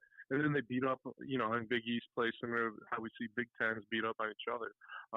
But then now, now that they get back into the non-conference, quote unquote, the NCAA tournament, they're back to form. So I think we've seen this every year where a team busts out and has a great non-conference, and they look like one of the best teams. And then you kind of forget about them during conference play because, let's be honest, to win a conference game is much harder to win a non-conference game, especially early in the year. So you see that, and then you see a team like you're sitting there, UConn at the end of the year looks almost unbeatable. Nobody seemed to be able to figure them out in this offseason so far. It's been quite the interesting tournament, and yesterday I had a revelation late in the show. I was because some people, it was referred to on the program yesterday that we had a lot of uninvited guests to the party. We don't have a 1, 2, or a 3 seed in the Final Four. We've got a 4-5 matchup with UConn, the 4 seed, taking on Miami, the 5 seed, and then we have a 5-9 matchup, the 5 seed being the Aztecs of San Diego State, taking on the Owls, of FAU, the 9 seed. So that's kind of fun. But I don't know what that was all about. I was going to make a Hooters reference. You sound like my son who just learned what an owl says. Oh, really? See, every time somebody says "who" to me, and I'm like, "What?" And they're like, "Who?" And I'm like, "What? Are you got an owl here? Like, what's going on?" But it's an interesting Final Four, and I have this revelation, and I'm thinking back to a topic that we have discussed at length here on this program and programs before this, that the conference champion of the mid-major versus the tournament champion, right? And you've been on both sides, so you know what it's like. You've had your cake, you've ate it too, you got the best of both worlds. But really, when you think about it, and for the MAC, for example, because only 8 teams can make the Mid-American Conference tournament, not all 12 get to make it anymore, you battle for your shot to get into that tournament. And that basically is, conference tournament week is basically the start of the tournament. It's the start of March Madness, because if you win your games there, you get to the next level dance. And I'm thinking about this, and I'm like, wait a minute. Maybe this whole time I've been hooting and hollering over, like, you fight all year for the best possible seed to get the best possible matchups. And then once you get in your conference tournament, it's a dogfight, and it's no different than this right here. It's one and done. Yeah, if you look at it, it's, especially for mid-majors, your field of 68 is not a field of 68, it's a field of 200-something. Because you're going to have to win your conference tournament to keep advancing, just like you have to win in the NCAA tournament to keep advancing, right? And I saw an interesting tweet, which I think is 100% true. Like, we don't have the NCAA tournament to award, to crown college basketball's best team, because rarely does that ever happen. The best team all year rarely wins the NCAA tournament. You have it because it's pure madness, and you got to earn your way in. And you got the David versus Goliath, which everyone loves. You got the underdog story, similar to your conference tournaments. Like, how many mid-major conferences do you look that the 1 seed doesn't win, and the 1 seed clearly was the best team throughout the whole conference play. So it is fun, and again, that's why we love the madness. And people say, well, they don't hand out regular season awards, and they sure do, because if you win your regular season conference championship, that's a ring, that's a banner, and that's usually a raise for the coach. So they do hand out those awards, but obviously the pinnacle is the NCAA tournament, and you have to put yourself in a position to be in position to, earn the right to play the next day, which FAU has done, San Diego State has done, UConn and Miami, like they've all done it. They've earned the right to play the next day, and a lot of it comes down to timing, right, man? Like, Florida Atlantic worked its way to be one of the best mid-majors in the country, probably the best, them in Charleston. And they worked their way all the way up to a 9 seed, which usually they'd be a 13 or 14. But guess what, Bellino? The 9 seed has to play the 1 seed in the second round. That's the way it shakes out, right? Unless Fairleigh Dickinson comes along and knocks off said 1 seed, and now it's just chaos. And now you don't have to go through, quote unquote, one of the top 4 teams in the country in the regular season to keep advancing. Let's okay, so you went FAU, so let's go that direction. FAU beats Kansas State 79-76. Kansas State's coach stops by the FAU locker room afterwards. It was a highly contested, highly debated topic on the Twitterverse. The coach from Kansas State said something along the lines of, you guys are the toughest sons of guns that we've played all year. You guys just keep doing what you're doing. Don't get distracted by any of the noise. Stay the course, and no one can beat you. I thought that was really nice. I have no problem with the losing coach stopping by or a winning coach stopping by another locker room to offer some words of encouragement or, to speak his piece. I think that when you're a really well-respected and well-liked guy, it's welcomed. What did you make of that gesture there? No problem at all. And I think, by all accounts, he's a genuine dude, so I don't think he was making it about him. Which some people suggested, but I generally don't think so. And if, that's your opinion, you're entitled to it too. But at the end of the day, they were the tougher team. Like, some people, like you said, took a slight at Michigan State, but no, like they beat Michigan State. So you gotta give FAU their flowers when they've earned it. But how about that game, Bellino? We haven't talked since that game. Holy cow, what a game between Kansas State and Michigan State. I mean, my man, the little guard from New York in the Madison Square Garden, the Mecca, and he literally probably had one of the single greatest NCAA tournament performances of all time. And I don't just say those words lightly. Like that's like you talk about Glenn Rice, for Michigan, leading scorer of all NCAA tournaments of all time. Like Norwell probably had the single greatest game, one of them, if not the best of all time. Set the assist record. What do you have, 19 and 20 or 20 and 19 or 20 and 20? Unbelievable, man. Unbelievable. And then they had the old fake out, the old annexation of Puerto Rico. I'm going to look at the coach. He's going to look at me. We're going to yell at each other, and we're just going to throw it towards the rim. Hey, that was a hell of a performance. What if I flipped it to the other side of the bracket and said the Miami Hurricanes and Jordan Miller, they're down 13 points, 64-51. Jordan Miller didn't miss a shot in 39 minutes. He was a perfect 7 of 7 from the field, 13 of 13 from the stripe, finished with 27 points. He didn't miss a shot. Oh, man. And it was like, you want to say Texas choked, but they didn't really. Miami played great down the stretch. And, I was going in and out of that game because it looked like Texas were just in control the entire game. And they played such good D. It's a hard team to come back on. And then sure enough, in March Madness flavor, you come back 2 minutes later, and you're like, we got ourselves a ball game. It was incredible. To San Diego State and Creighton. So there's the foul before the foul. This is like a strategy thing. And yesterday I tried to compare it to how folks look at analytics in going forward and fourth down, where you look at, where, what's your yardage to gain to get the first down and where is the ball at, right? And somebody somewhere has put together some sort of chart, and every team does it different, where they say, look, this is the deal. We're going to go for it on fourth down if X, Y, and Z because the numbers say okay. Well, in a tie ball game, you have a foul to give. So you give that foul. You foul. Did they foul too early? Did they leave too much time on the clock to force the sideline out of bounds? The slob, as we like to call it in the biz. Yes. They fouled too early, yes. and then after the inbound, then they foul again. It's a clear foul. What are people saying you can't call that for? The guy pushed him in the air. Yeah, I mean, it's contact with the shooter, which is illegal in any way you push it, but he did affect the shot. And, the arguments I hear is, again, it goes back to, what was that, the Super Bowl, or was that the national no, the Super Bowl. Super Bowl, yeah. Where, a foul or a penalty in the fourth quarter is the same as the first, right? And there's a lot of talk about that, but I find it very similar, man.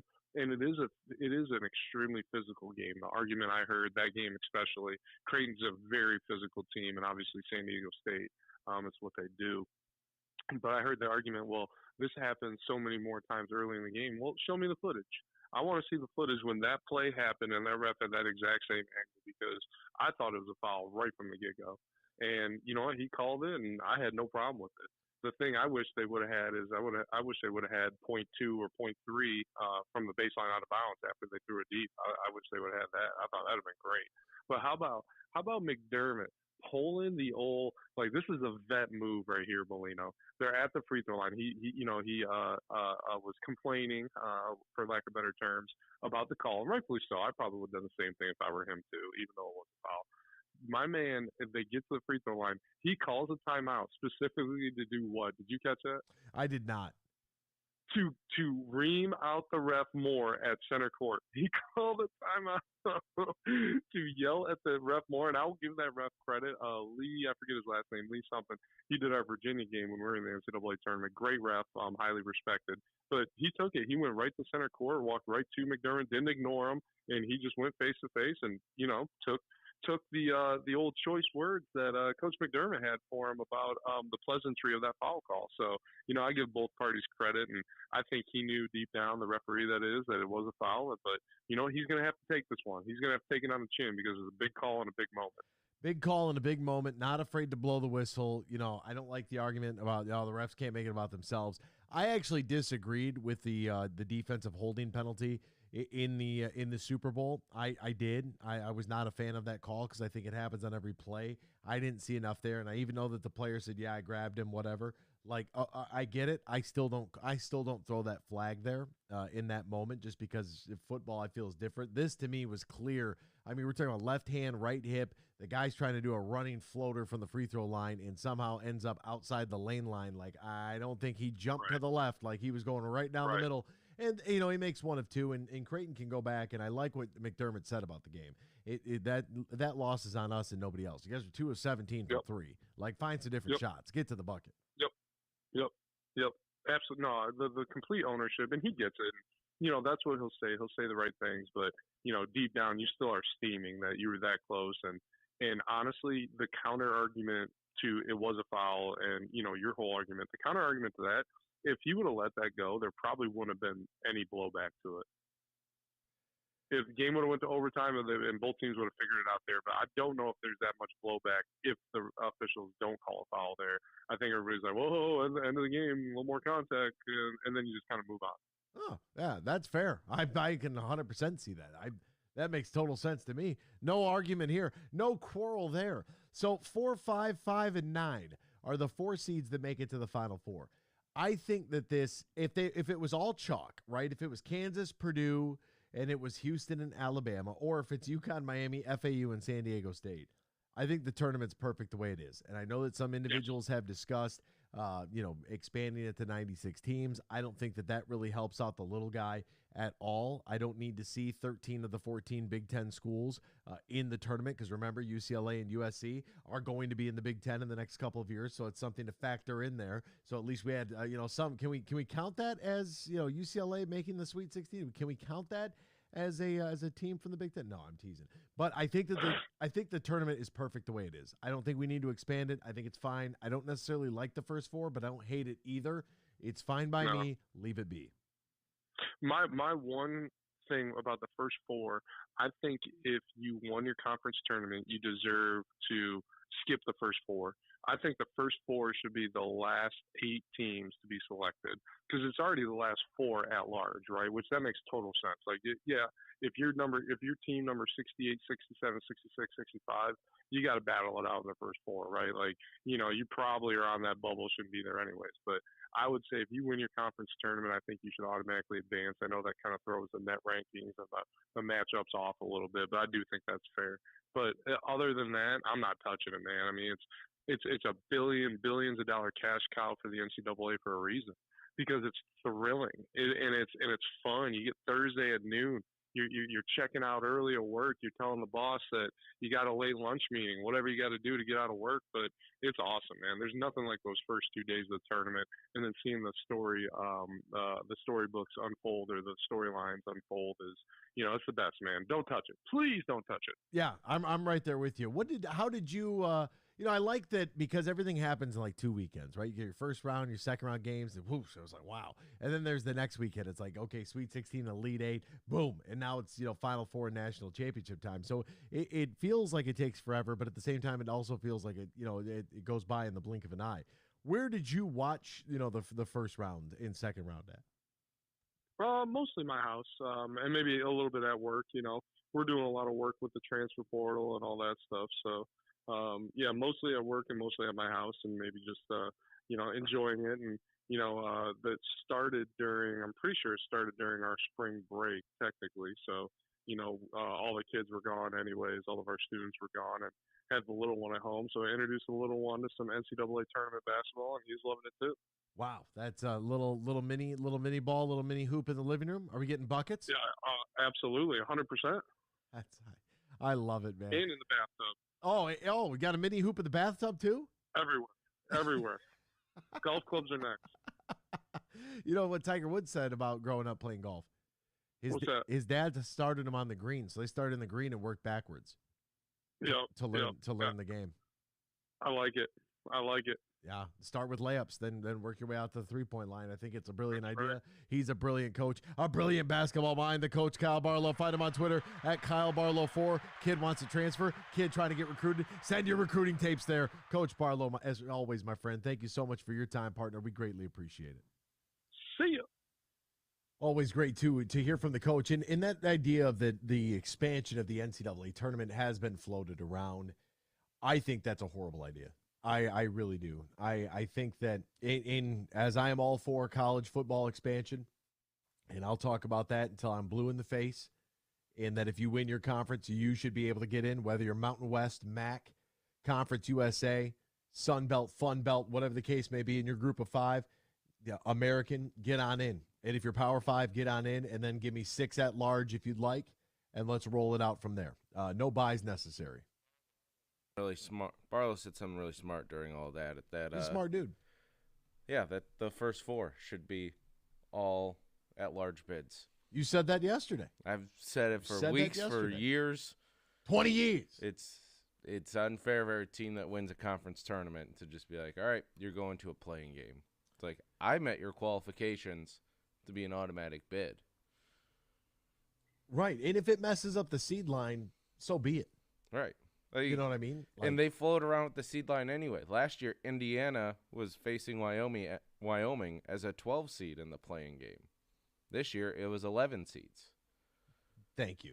So I wouldn't even worry about that. And if you're going to put your, if it's going to be an at-large, then make it legitimate across the board. Say, hey, these are the last 4 in. Where are we going to place them? Maybe it's in a range that it'll be 11 to 12 or 11 to 13, and just be done with it. We'll step aside. Hour number 3 is next. X's and Bros, Michigan Sports Network. From the biggest of big games to the littlest of the little. First base. Go, run! Whenever you shop Meijer, you help support hundreds of local sports teams across the Midwest. From some of the biggest stadiums in the state to the familiar fields down the street, you're helping make a difference to the people and places you call home. Learn more at Meijer.com/community. Imagine this, winning big at Soaring Eagle. Get nothing but nets and win up to $15,000 cash. It's the $100,000 Hoop to Win every Saturday in March, 6 to 11 p.m. Shoot to win each week. Then on March 25th, players compete for up to $15,000. The $100,000 Hoop to Win giveaway. Only at Soaring Eagle Casino and Resort. Your getaway reimagined. Visit SoaringEagleCasino.com for complete rules and details. In the dance. Michigan! Hey, sports fans, here's a hanging curveball that you can knock out of the ballpark. This is Matt Shepard, the voice of Detroit baseball, inviting you to step up to the plate at Eagle Casino and Sports, the mobile sports book where you can bet on all your favorites all year round, including, of course, our national pastime. So download the app and start winning today. The Eagle Casino and Sports, made in Michigan, made for Michigan. Must be 21 years or older and in Michigan to play. There are so many interesting storylines from Tigers camp that many can't wait to see play out. Among them is the seamless transition made by Nick Maton and Matt Vierling. Both came over from the Phillies in the trade for Gregory Soto and Cody Clemens. Maton is a perfect fit for Detroit. Middle infielder who can play third, left-handed stick who crushes fastballs and tied for the team lead in spring homers with 5, though you can't expect too much power. Vierling is an ideal addition because he can play all 3 outfield spots, a little bit of third as well. He owns a great arm and has high-end speed. It's going to be fun to follow, not just the Tigers, but especially those 2 newcomers all summer long. We might have just come out with our most refreshing Michelob Ultra Organic Seltzer yet. It's called the Essential Collection. It's made with coconut water and real fruit juice, so it's always going to have a real refreshing fruit taste. Can refreshing get any more refreshing? Yep, it can, and it just did. Michelob Ultra Organic Seltzer, made with coconut water and real fruit juice for a superior taste. It's only worth it if you enjoy it. Enjoy responsibly. Anheuser-Busch Michelob Ultra Organic Seltzer, IRC Beer, St. Louis, Missouri.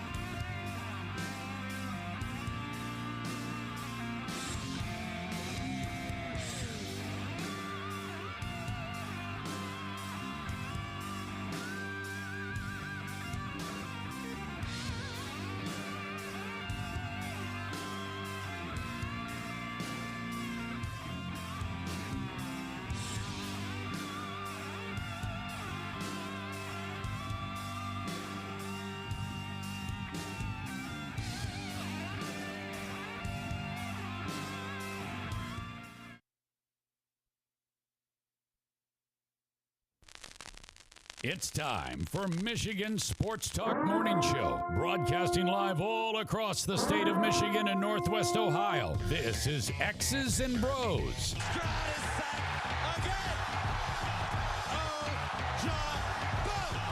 Swings it out to Sadiq Bey. Defended in the corner.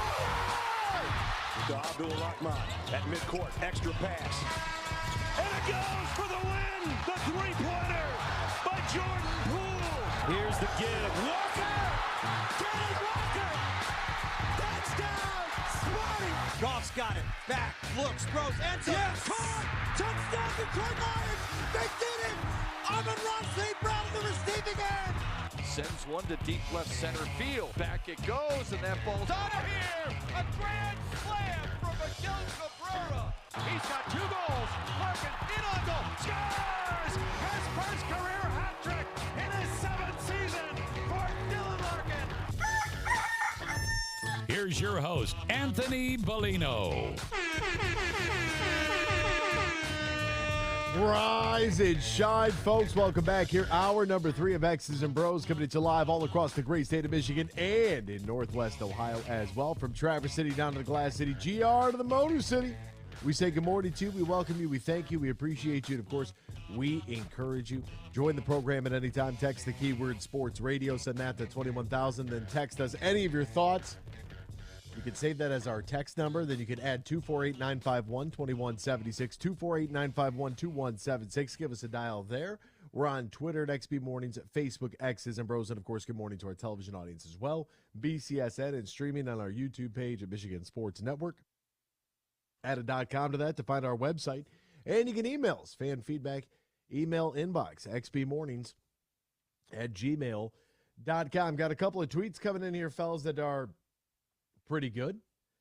Scott, it's me, your friend Bono. One life with each other, sisters, brothers. We got to carry each other, LMAO.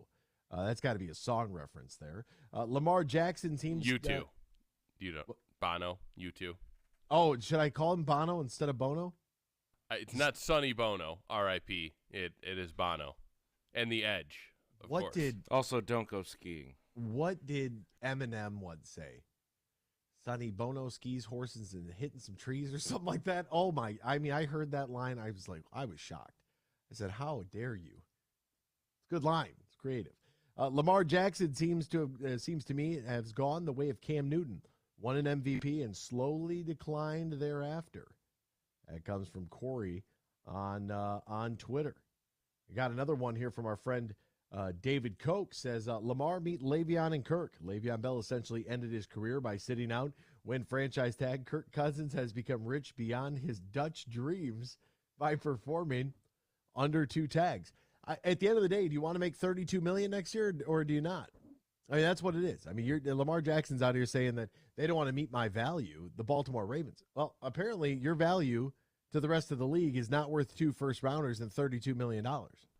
And Kirk Cousins already has his retirement job because he bought a golf course. He's genius. It's ridiculous to me. And Lamar could easily spin this and become the hero and savior of, I don't even know what Maryland's state nickname is. So I was gonna go with that, but now I can't think of it. So they would He's put his face. He's gonna be on the Patriots. They'd put him on the face of the flag.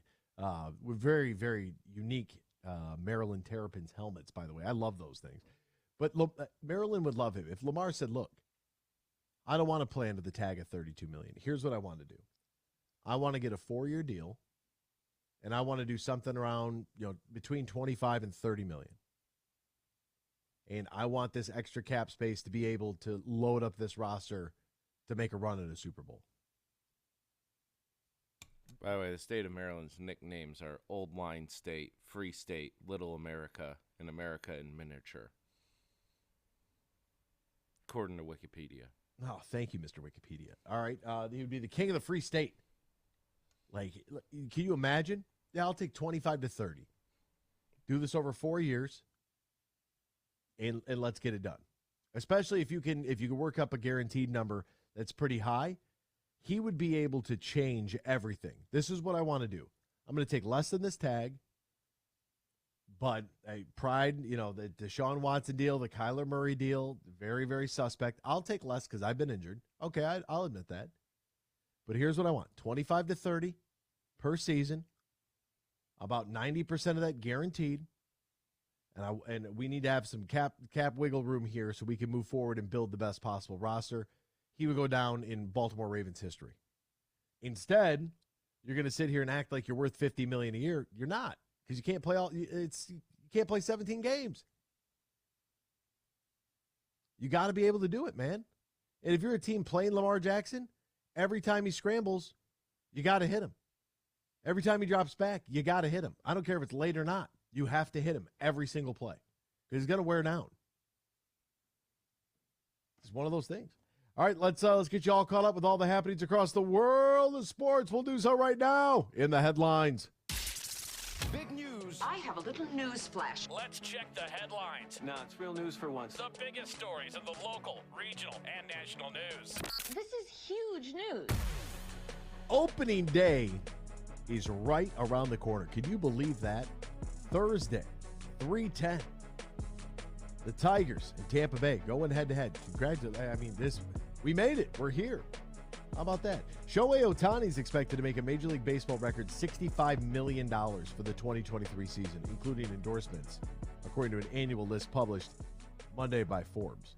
I don't know, $30 million contract extension Ohtani signed in October as a part of agreement to avoid salary arbitration. Okay, fine and dandy. I don't know if we can necessarily factor in endorsements here when it comes down to record-breaking MLB. That should be an MLB salary. What you do in your endorsements, he's got a whole country of Japan behind him. Can you imagine how many advertisers? He's got to be on every billboard in Tokyo. He's got to be like the Peyton Manning of Japanese media. Right? think about all the different commercials Peyton Manning. The guy was selling everything. Cars, insurance, windows, window cleaner, all of it. It's man, you could be it.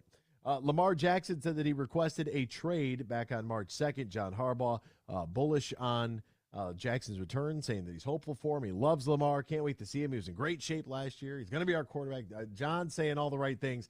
Who knows how this thing is going to play out? Non-exclusive franchise tag.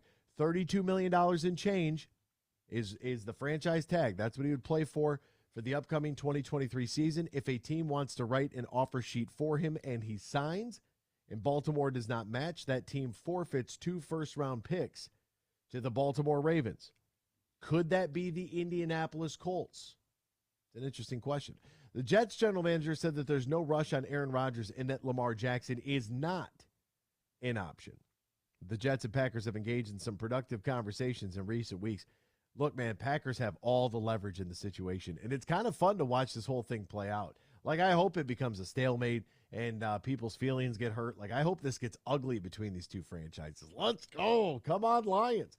Luka Doncic led the Mavs to a victory after the NBA rescinded his technical foul, which means he didn't have to get suspended for one game. He finished with 25 points, 7 rebounds, 6 assists, getting the Mavs to snap a 4-game losing streak with a 127-104 victory over the shorthanded Indiana Pacers. This victory does keep Dallas within striking distance of the Lakers and the Thunder in the race for the final 2 play-in spots in the Western Conference. No Giannis, no problem. The Milwaukee Bucks steamrolled the Pistons last night, 126-117. Former Piston Chris Middleton with 34 points against the team that drafted him. Tough to watch that guy walk away. All in all, though, I will say this much.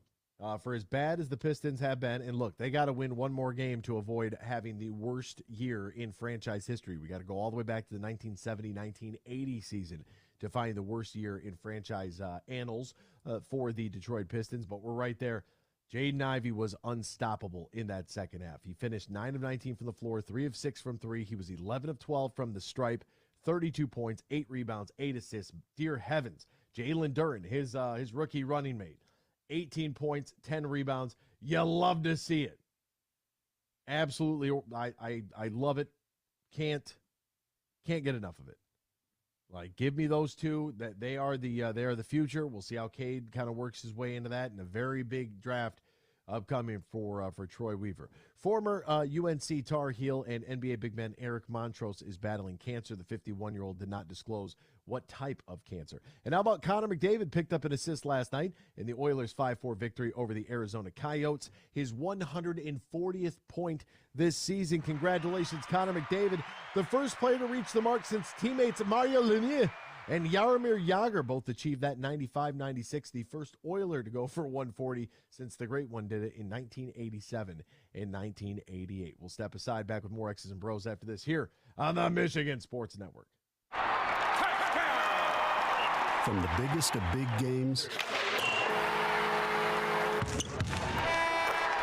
to the littlest of the little. There you go! Go! No, first base! Go, run! Whenever you shop Meijer, you help support hundreds of local sports teams across the Midwest. From some of the biggest stadiums in the state to the familiar fields down the street. You're helping make a difference to the people and places you call home. Learn more at Meijer.com/community. Imagine this, winning big at Soaring Eagle. Get nothing but nets and win up to $15,000 cash. It's the $100,000 Hoop to Win every Saturday in March, 6 to 11 p.m. Shoot to win each week. And on March 25th, players compete for up to $15,000. The $100,000 Hoop to Win giveaway. Only at Soaring Eagle Casino and Resort. Your getaway reimagined. Visit SoaringEagleCasino.com for complete rules and details. From planting a simple seed to managing a global food supply, growing, processing, and distributing food is the backbone of America. You deal with food safety and labor issues, cost control, and not to mention Mother Nature. But do you have time to explore research development and biotechnical tax credits? Properly administer payroll for temporary employees. Ensure that you're operating at your most profitable? That's where we come in. We're Bean Garter. And while your business is America's food supply, our business is helping you run your business better. We'll assist with tax credits, assess your processes and controls, and so much more. And while we may not be able to help you plant your crops, we can help you realize a rich financial harvest. From the family farm to worldwide distribution of all the things you grow, grow your business better. Experience service, expertise, and simplicity at Bean Garter. Find us online, BeanGarter.com. Bean Garter.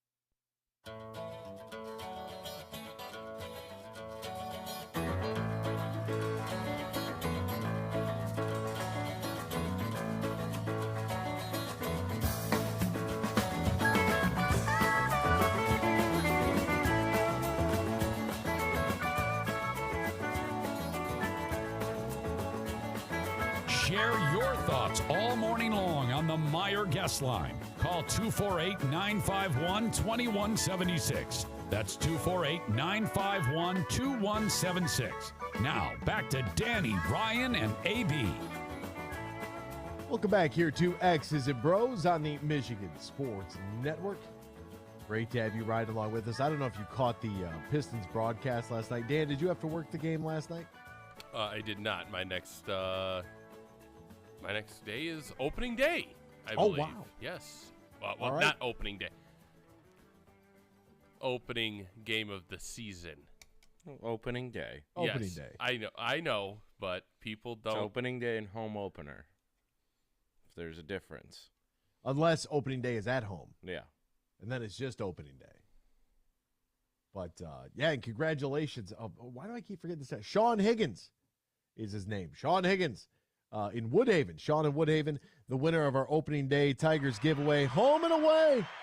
We're sending Sean and two people, Sean and a guest, down to Tampa to be able to, with the airfare, 3 nights in Tampa. They get to go to, Sean and his buddy get to go to the Rays Tigers game on Thursday. Quick That's little exciting. Uber, too, from Woodhaven to the to DTW? to the airport. Perfect. Yeah, a beautiful thing. And then you get to, when they get back, they'll get to wait and get to go to the home opener as well against the Red Sox. So congratulations to Sean in Woodhaven, our winner there. I was wondering if one of our winners was going to be like Traverse City or Sault Ste. Marie or the Cadillac, because then I don't think about it because I've always lived close to the airport. So for me, it's always, been 15 minutes from my parents' house to the airport, like quick, easy drive, just shoot straight up 275, not a problem. But for people that got to drive to the airport, they got to actually plan for that trip. If you got an early flight and you got to drive down from Petoskey, I mean, shoot, you got to leave the day before and get a a lot airport of people, hotel. Yeah, but a lot of people also fly out of Flint. You could fly out of Traverse City, fly out of Lansing. Yeah, especially if you're going to Tampa, you can go out of Flint real easily. My brother who lives down there. He flies into Flint every time he comes up. Really? Direct Flint to Tampa? Yep, Allegiant Airline. Nice. Cheap flights. No free Love ads. cheap flights. Love that. I heard the phone line ringing over there. You got somebody who wants to join us? We do. Don in Toledo. Oh, Don in Toledo wants to talk a little Tigers. Good morning, Don. How are you, my friend? Good. I would like to say I got some good things and bad things to talk about the Detroit Tigers. Okay. And I want to start out with this Scott Harris guy. I don't know if I agree with everything he's doing, but this team is a mess. I mean, the outfield's a mess, the infield is a mess, and the pitching is a disaster. And Scott Harris gave away 3 of our best pitchers, But I'm still excited because you got Riley Green. He's only going to get better. I really like this Carpenter guy. And I even like this Kreider guy because I seen him down in Toledo. He's going to be a great ball player. So it's just a matter of time before they put everything together. But I got to say, it's going to be a slow process, and they're going to lose a lot of games. I just don't agree with everything Scott Harris is doing. I don't care about these players playing multiple positions. Like Eric Haas. Eric Haas is a great catcher. Why would you want to put him out in left field somewhere? It doesn't make any sense to me, Yeah, and, I think. Well, Haas the real should be- problem, the thing with Haas, actually, Ryan and I were discussing this, is that he will be the only right-handed batter playing outfield. That's why they want to at least be able to make sure they have a right-handed bat when they can in the outfield. I still don't buy it. I just don't buy it. he's my catcher, you know. It's like Riley Green. They're talking about moving him to left field or right field. That's my center fielder. I don't want him any other place, you know. And there's another guy that I really like, and he's going to be down in Toledo. But this Parker Meadows, this guy is the real deal. And he could be eventually the next center fielder, but this guy's got it. So there is a lot of young talent on this team, but their pitching is young, and like I say, they gave away 3 of our best pitchers. You know, it just doesn't make any sense. You know. Yeah, it's been a. You know, I want to try to be as encouraging as possible. Well, I am, because they're young. They're young, and they're only going to get better. I look for Riley Green to really come out. Even Javier Baez. I really like Javier Baez. I think he was trying to do too much last year. If he settles down, they leave him alone at shortstop and just leave him alone and just remind him to start taking some pitches, because these pitchers are not giving him nothing to hit. But once he figures it out, this team is going to put it together. I mean, they got a lot of young talent. It's just a matter of time. But this Scott Harris guy, I'll give him time, you know, and see how it works out. But we'll just see. I'm still excited, though. And I hope they win their first game, because, you know, they're going to have a lot of losses. There's no doubt about it. But they're going to be interesting. So I'll just take it from there. I hope so, and I hope that hopefully the AAA product there in Toledo, hopefully there's some guys in the pipeline that make it, you know, that make those games exciting. I know that, you know, a lot of the times. You know, this Ryan Kreider, I've seen him down in Toledo. This guy's the real deal. It's the hitting right now. So I don't know if they're going to keep him or they're going to send him back down to Toledo. And this Parker guy, I've seen him too. I mean, he's better than his brother. And it's just a matter of time before they start bringing him up.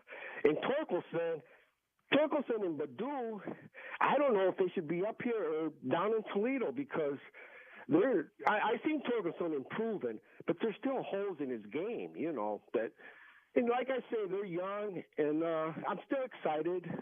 And like I say, I just hope it doesn't get ugly. That's all I'm hoping for. Oh, you and me both, partner. Don in Toledo, we appreciate you listening. Thank you so much. Shout out to the Glass City. Gonna try to do the show from the Blarney Friday morning for opening day there. So I'm excited about it. There goes Don in Toledo. I'm excited for Friday to see how this goes down. Yeah. What's opening day like over there? Oh, it's chaos. Absolute chaos. Just, I mean, everything's shut down. Get a parking spot, get in there early. You know, it's a celebration. And, you know, for a lot of people, if you're listening in Grand Rapids, you know, you do have the Griffins, which, you know, AHL, it's the AAA affiliate of the Red Wings. I think that when you look at, you know, Toledo's relation to Detroit, I've always said it's like a miniature Detroit. You know, you see a lot of the ripple, the trickle down effect up and down 75 as Detroit moves. Toledo kind of moves.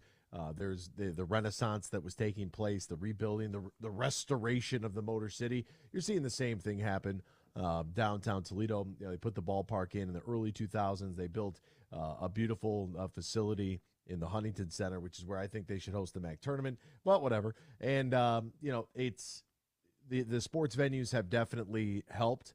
They have restored a lot of the warehouse buildings for apartment living and condominiums, that type of deal, which has been great. Values of those things have gone through the roof, so that's nice. They still, you know, there's no retail. That's really, you know, retail is really a big sign of, you know, your downtown and what it looks like. So there's no retail yet, but the restaurant bar scene's great, and everything is literally centrally located between the two sports venues. I mean, you could walk 3 blocks and hit every bar worthwhile. So it's a pretty good scene. We got Kelly in Toledo real quick before we hit the break. Kelly, good morning to you, my friend. How are you? Kelly said the hell with that. I'm out of here. Oh, no, they're both, never mind. Oh, they're both gone? I'll get them back in the break. They're calling back. I hear it. All right, so we'll hit the break. We'll come back. Maybe Bill and Kelly will call back. Plus, what did Dan Campbell and Brad Holmes say about the quarterback position? Oh, we're going to get into some Lions talk next here. X's and Bros, Michigan Sports Network.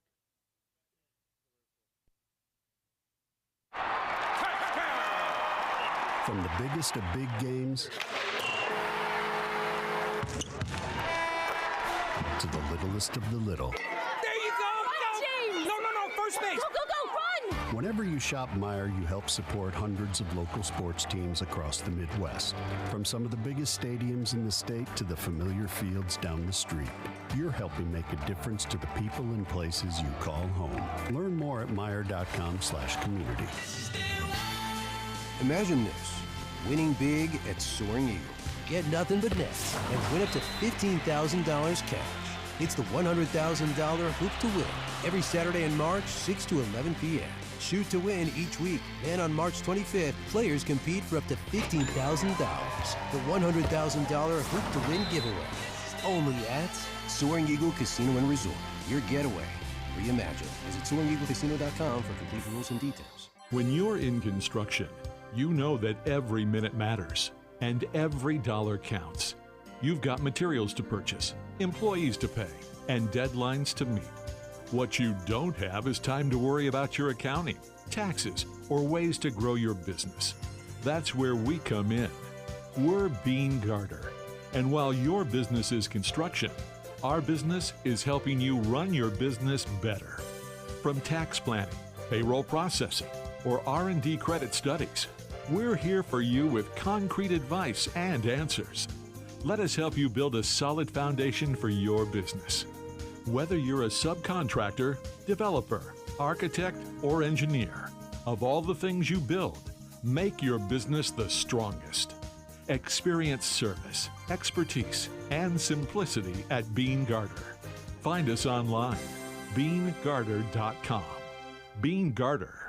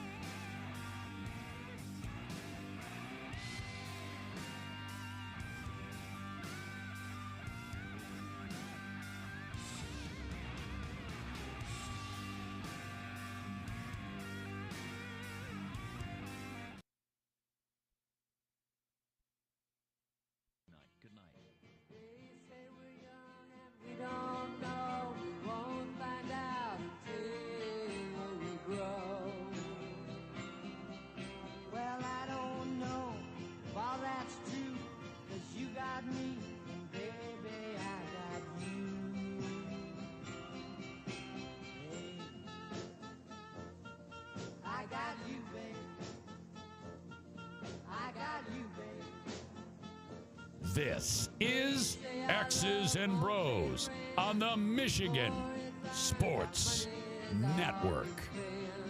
Welcome back here to X's and Bros, Michigan Sports Network. Did you guys see the most recent rumor or news? Are you talking about whatever you're posting on Twitter right now? Yeah. I don't know. Do you know who either of those people are? No.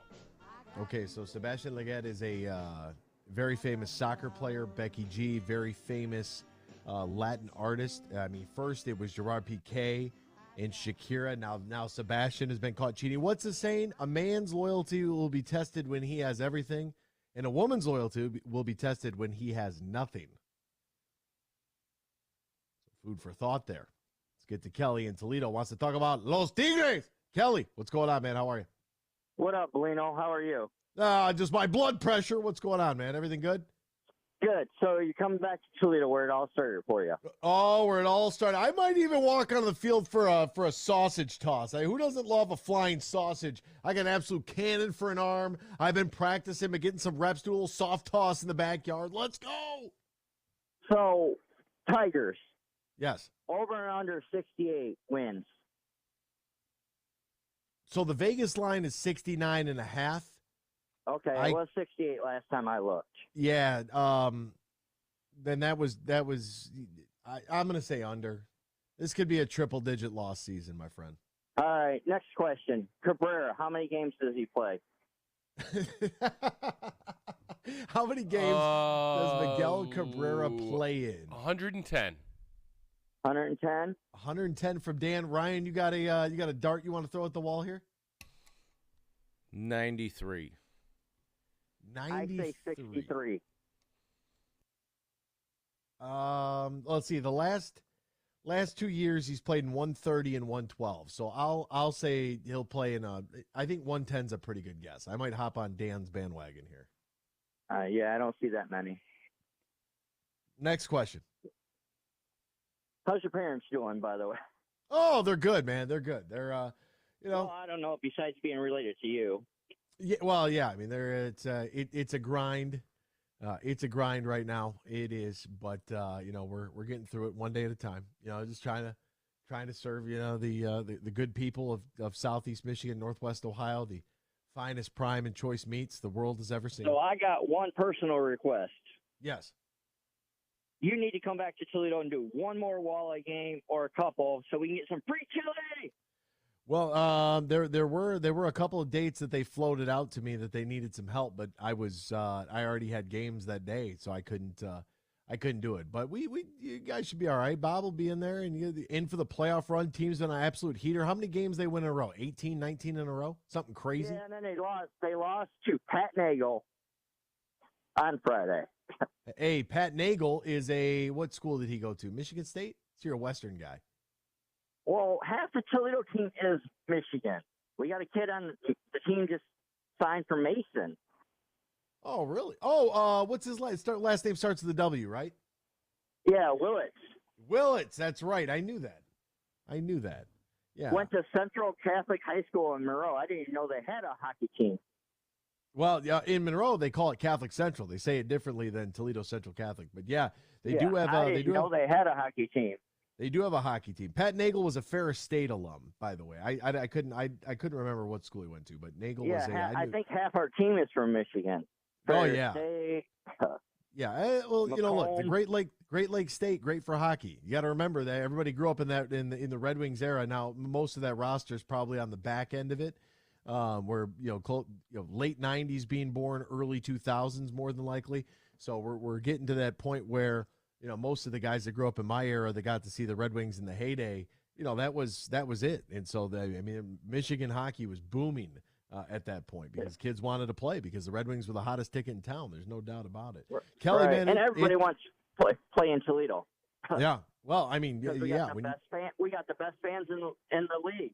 You sell at the arena regularly, and you start looking around the rest of the league. I mean, if you could play in Reading or in Fort Wayne or Kalamazoo or wherever, Wheeling, West Virginia, and you have less than 1,000 fans, or you come to Toledo and there's at minimum 6,000 fans a game, where do you want to play?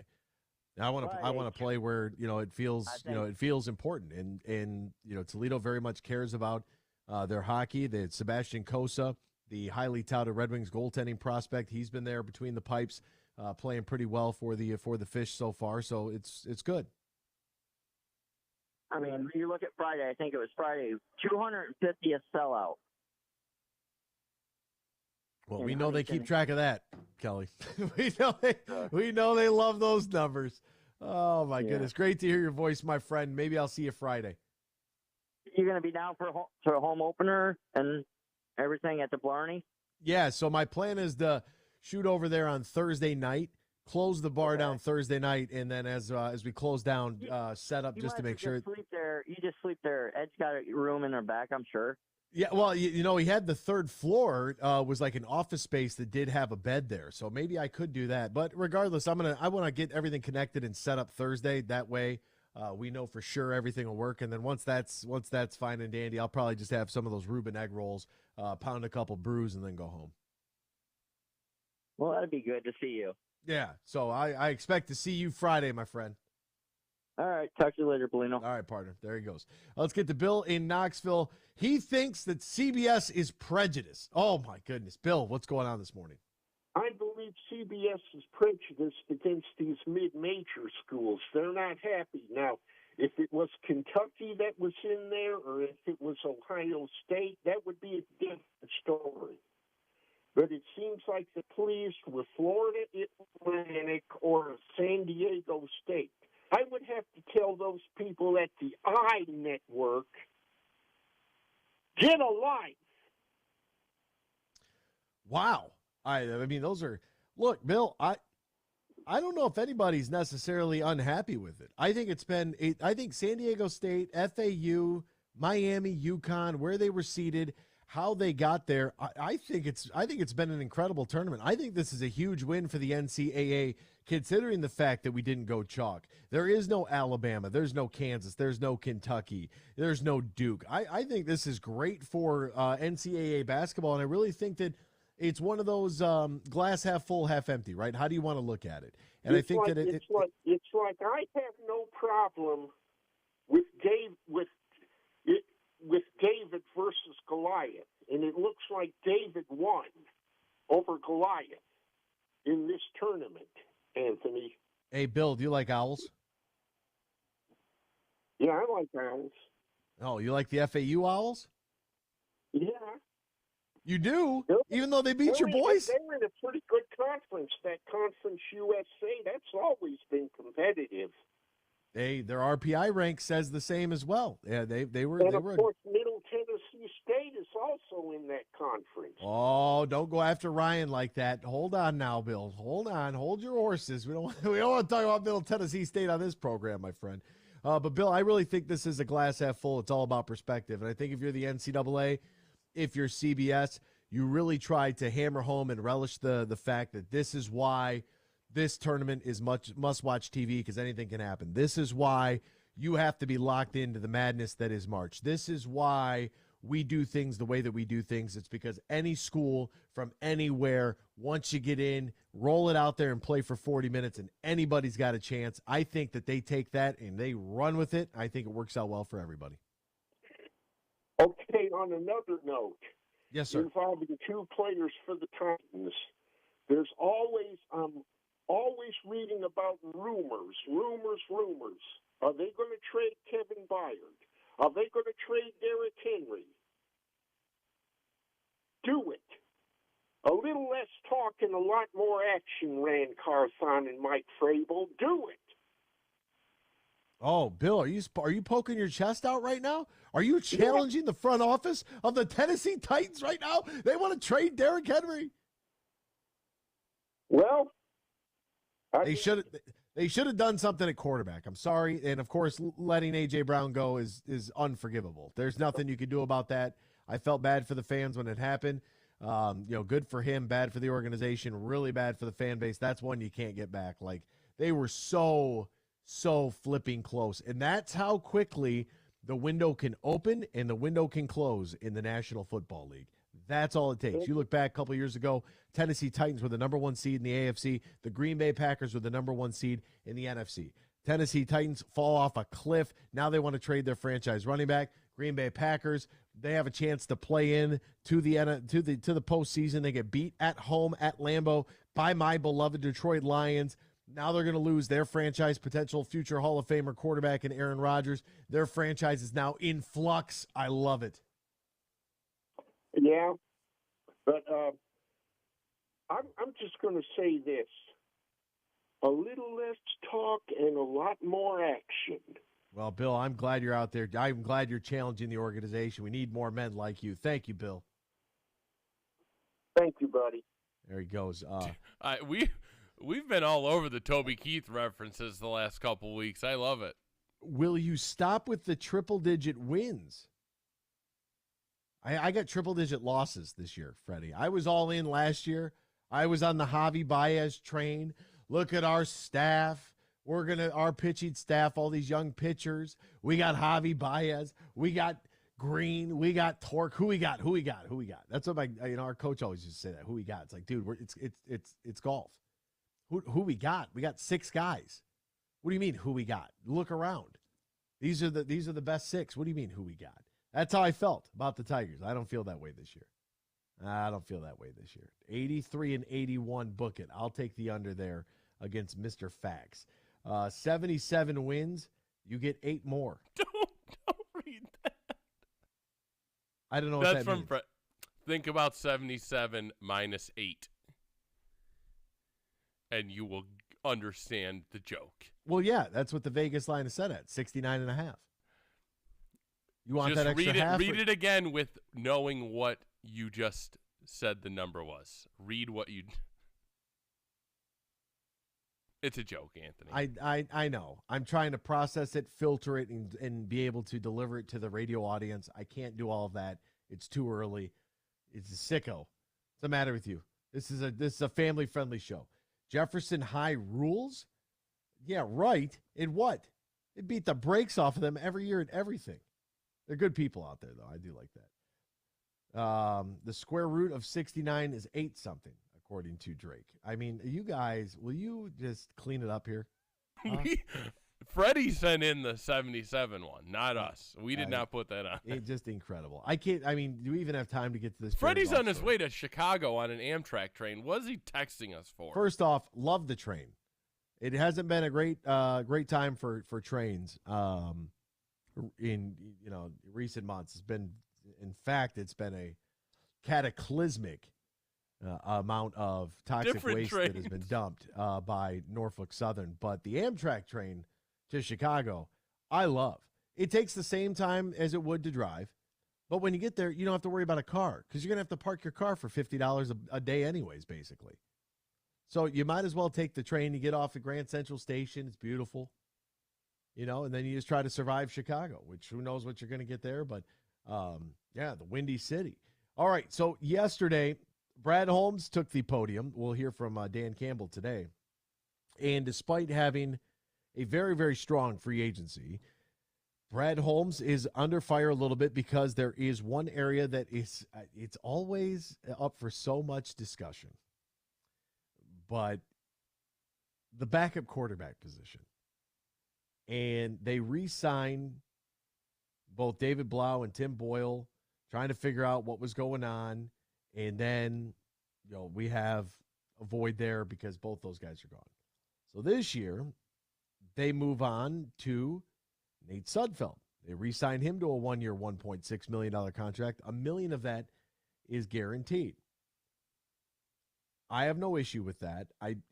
And what Brad Holmes said is, quote, "We really like Nate. We really did. We're all aware of the mystery behind Nate about his lack of game experience, but we did like Nate. He's been in the league since 2017. He's never started an NFL game. He's only thrown 37 passes in the regular season. He only entered the game twice. He had blowout wins over the Jags and Bears, and all he did was kneel on the clock. We're looking at some quarterbacks that had a little more game experience, but obviously it just didn't work out. But it's not like we had a pool of experienced quarterbacks that we were looking through. Really, it was just down to 3 guys, including Nate, so it's just looking at the other two guys, and we're kind of just looking at it, and it didn't work out. That's what Brad Holmes said.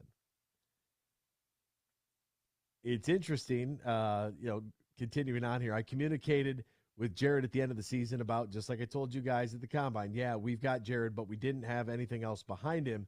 So we just let him know, look, man, we've got to get more behind you. I think we're in a unique position with all the picks that we have to add maybe a pretty talented guy if we go that direction. But again, it doesn't have to be the first round, doesn't have to be the second round. It could be at any point.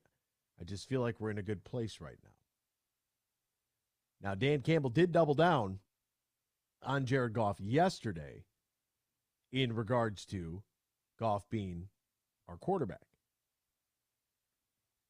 And I think that this is very good for the Detroit Lions organization to hammer this point home that we're not going to be doing anything else with anybody else. Here's the deal. Dan Campbell said, listen, feel really good about it. Goff, love Goff. Goff's our guy, man. That's what he said. Lots of mans in that quote. Lot of mans. Lot of man. And I like him. Jared Goff played great. Makes you think they're unsure, right, man? I don't know. Not at all. Makes me feel very sure. They're trying to reinforce the point. We are not moving off of Jared Goff. So go ahead and read and write and say whatever you want. He's our guy moving forward. And I'm good with that. What Brad Holmes said in his little snippet there doesn't necessarily have to be the first round. Now, I've already seen on ESPN, I forget who it was. I don't know what it was, but Hendon Hooker was going in the first round. Right? Hendon Hooker coming off of injury late. I really like that. I like him later on if available. They also had Jalen Carter going at 18 to the Lions. So, who knows what's really going to happen. I do believe that the Lions will address the quarterback position in the draft. I think that they will. I don't think it's going to be at number 6.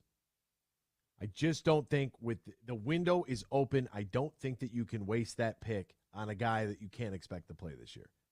Because if Jared Goff goes down, the season goes down with him. I mean, you're talking about a top 10 quarterback in the league. Whether we want to admit it or not, whether you realize it or not, not really sure.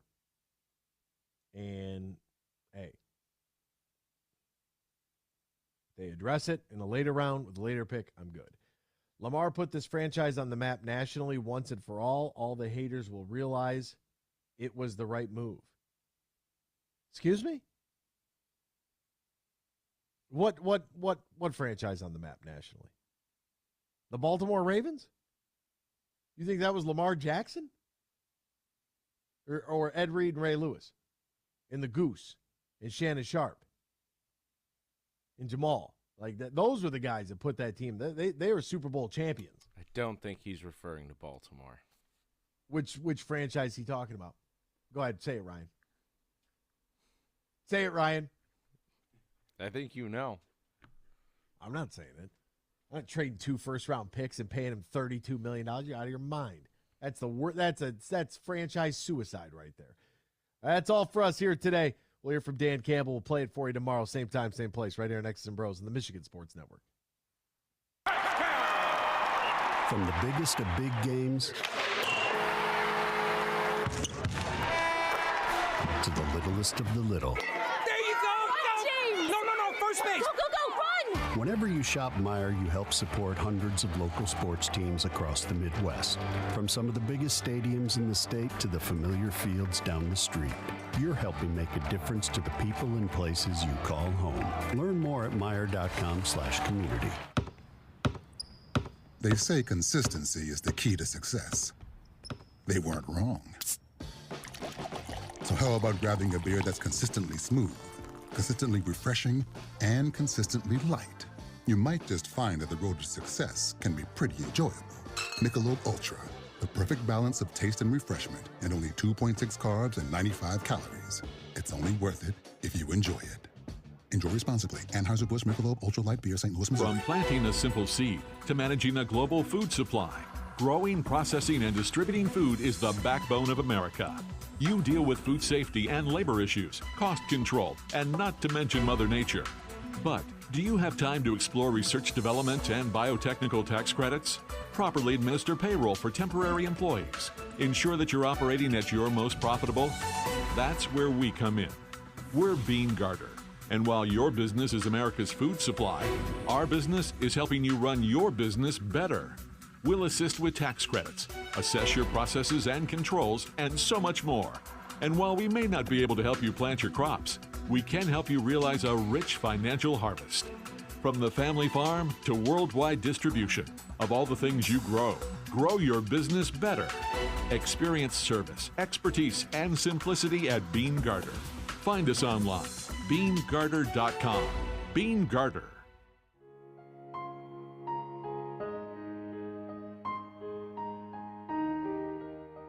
If you or your family is touched by autism, learn more about Freddy's Foundation at #PopTheTap at freddythepizzaman.com. That's FREDI, thepizzaman.com, or email freddythepizzaman@gmail.com.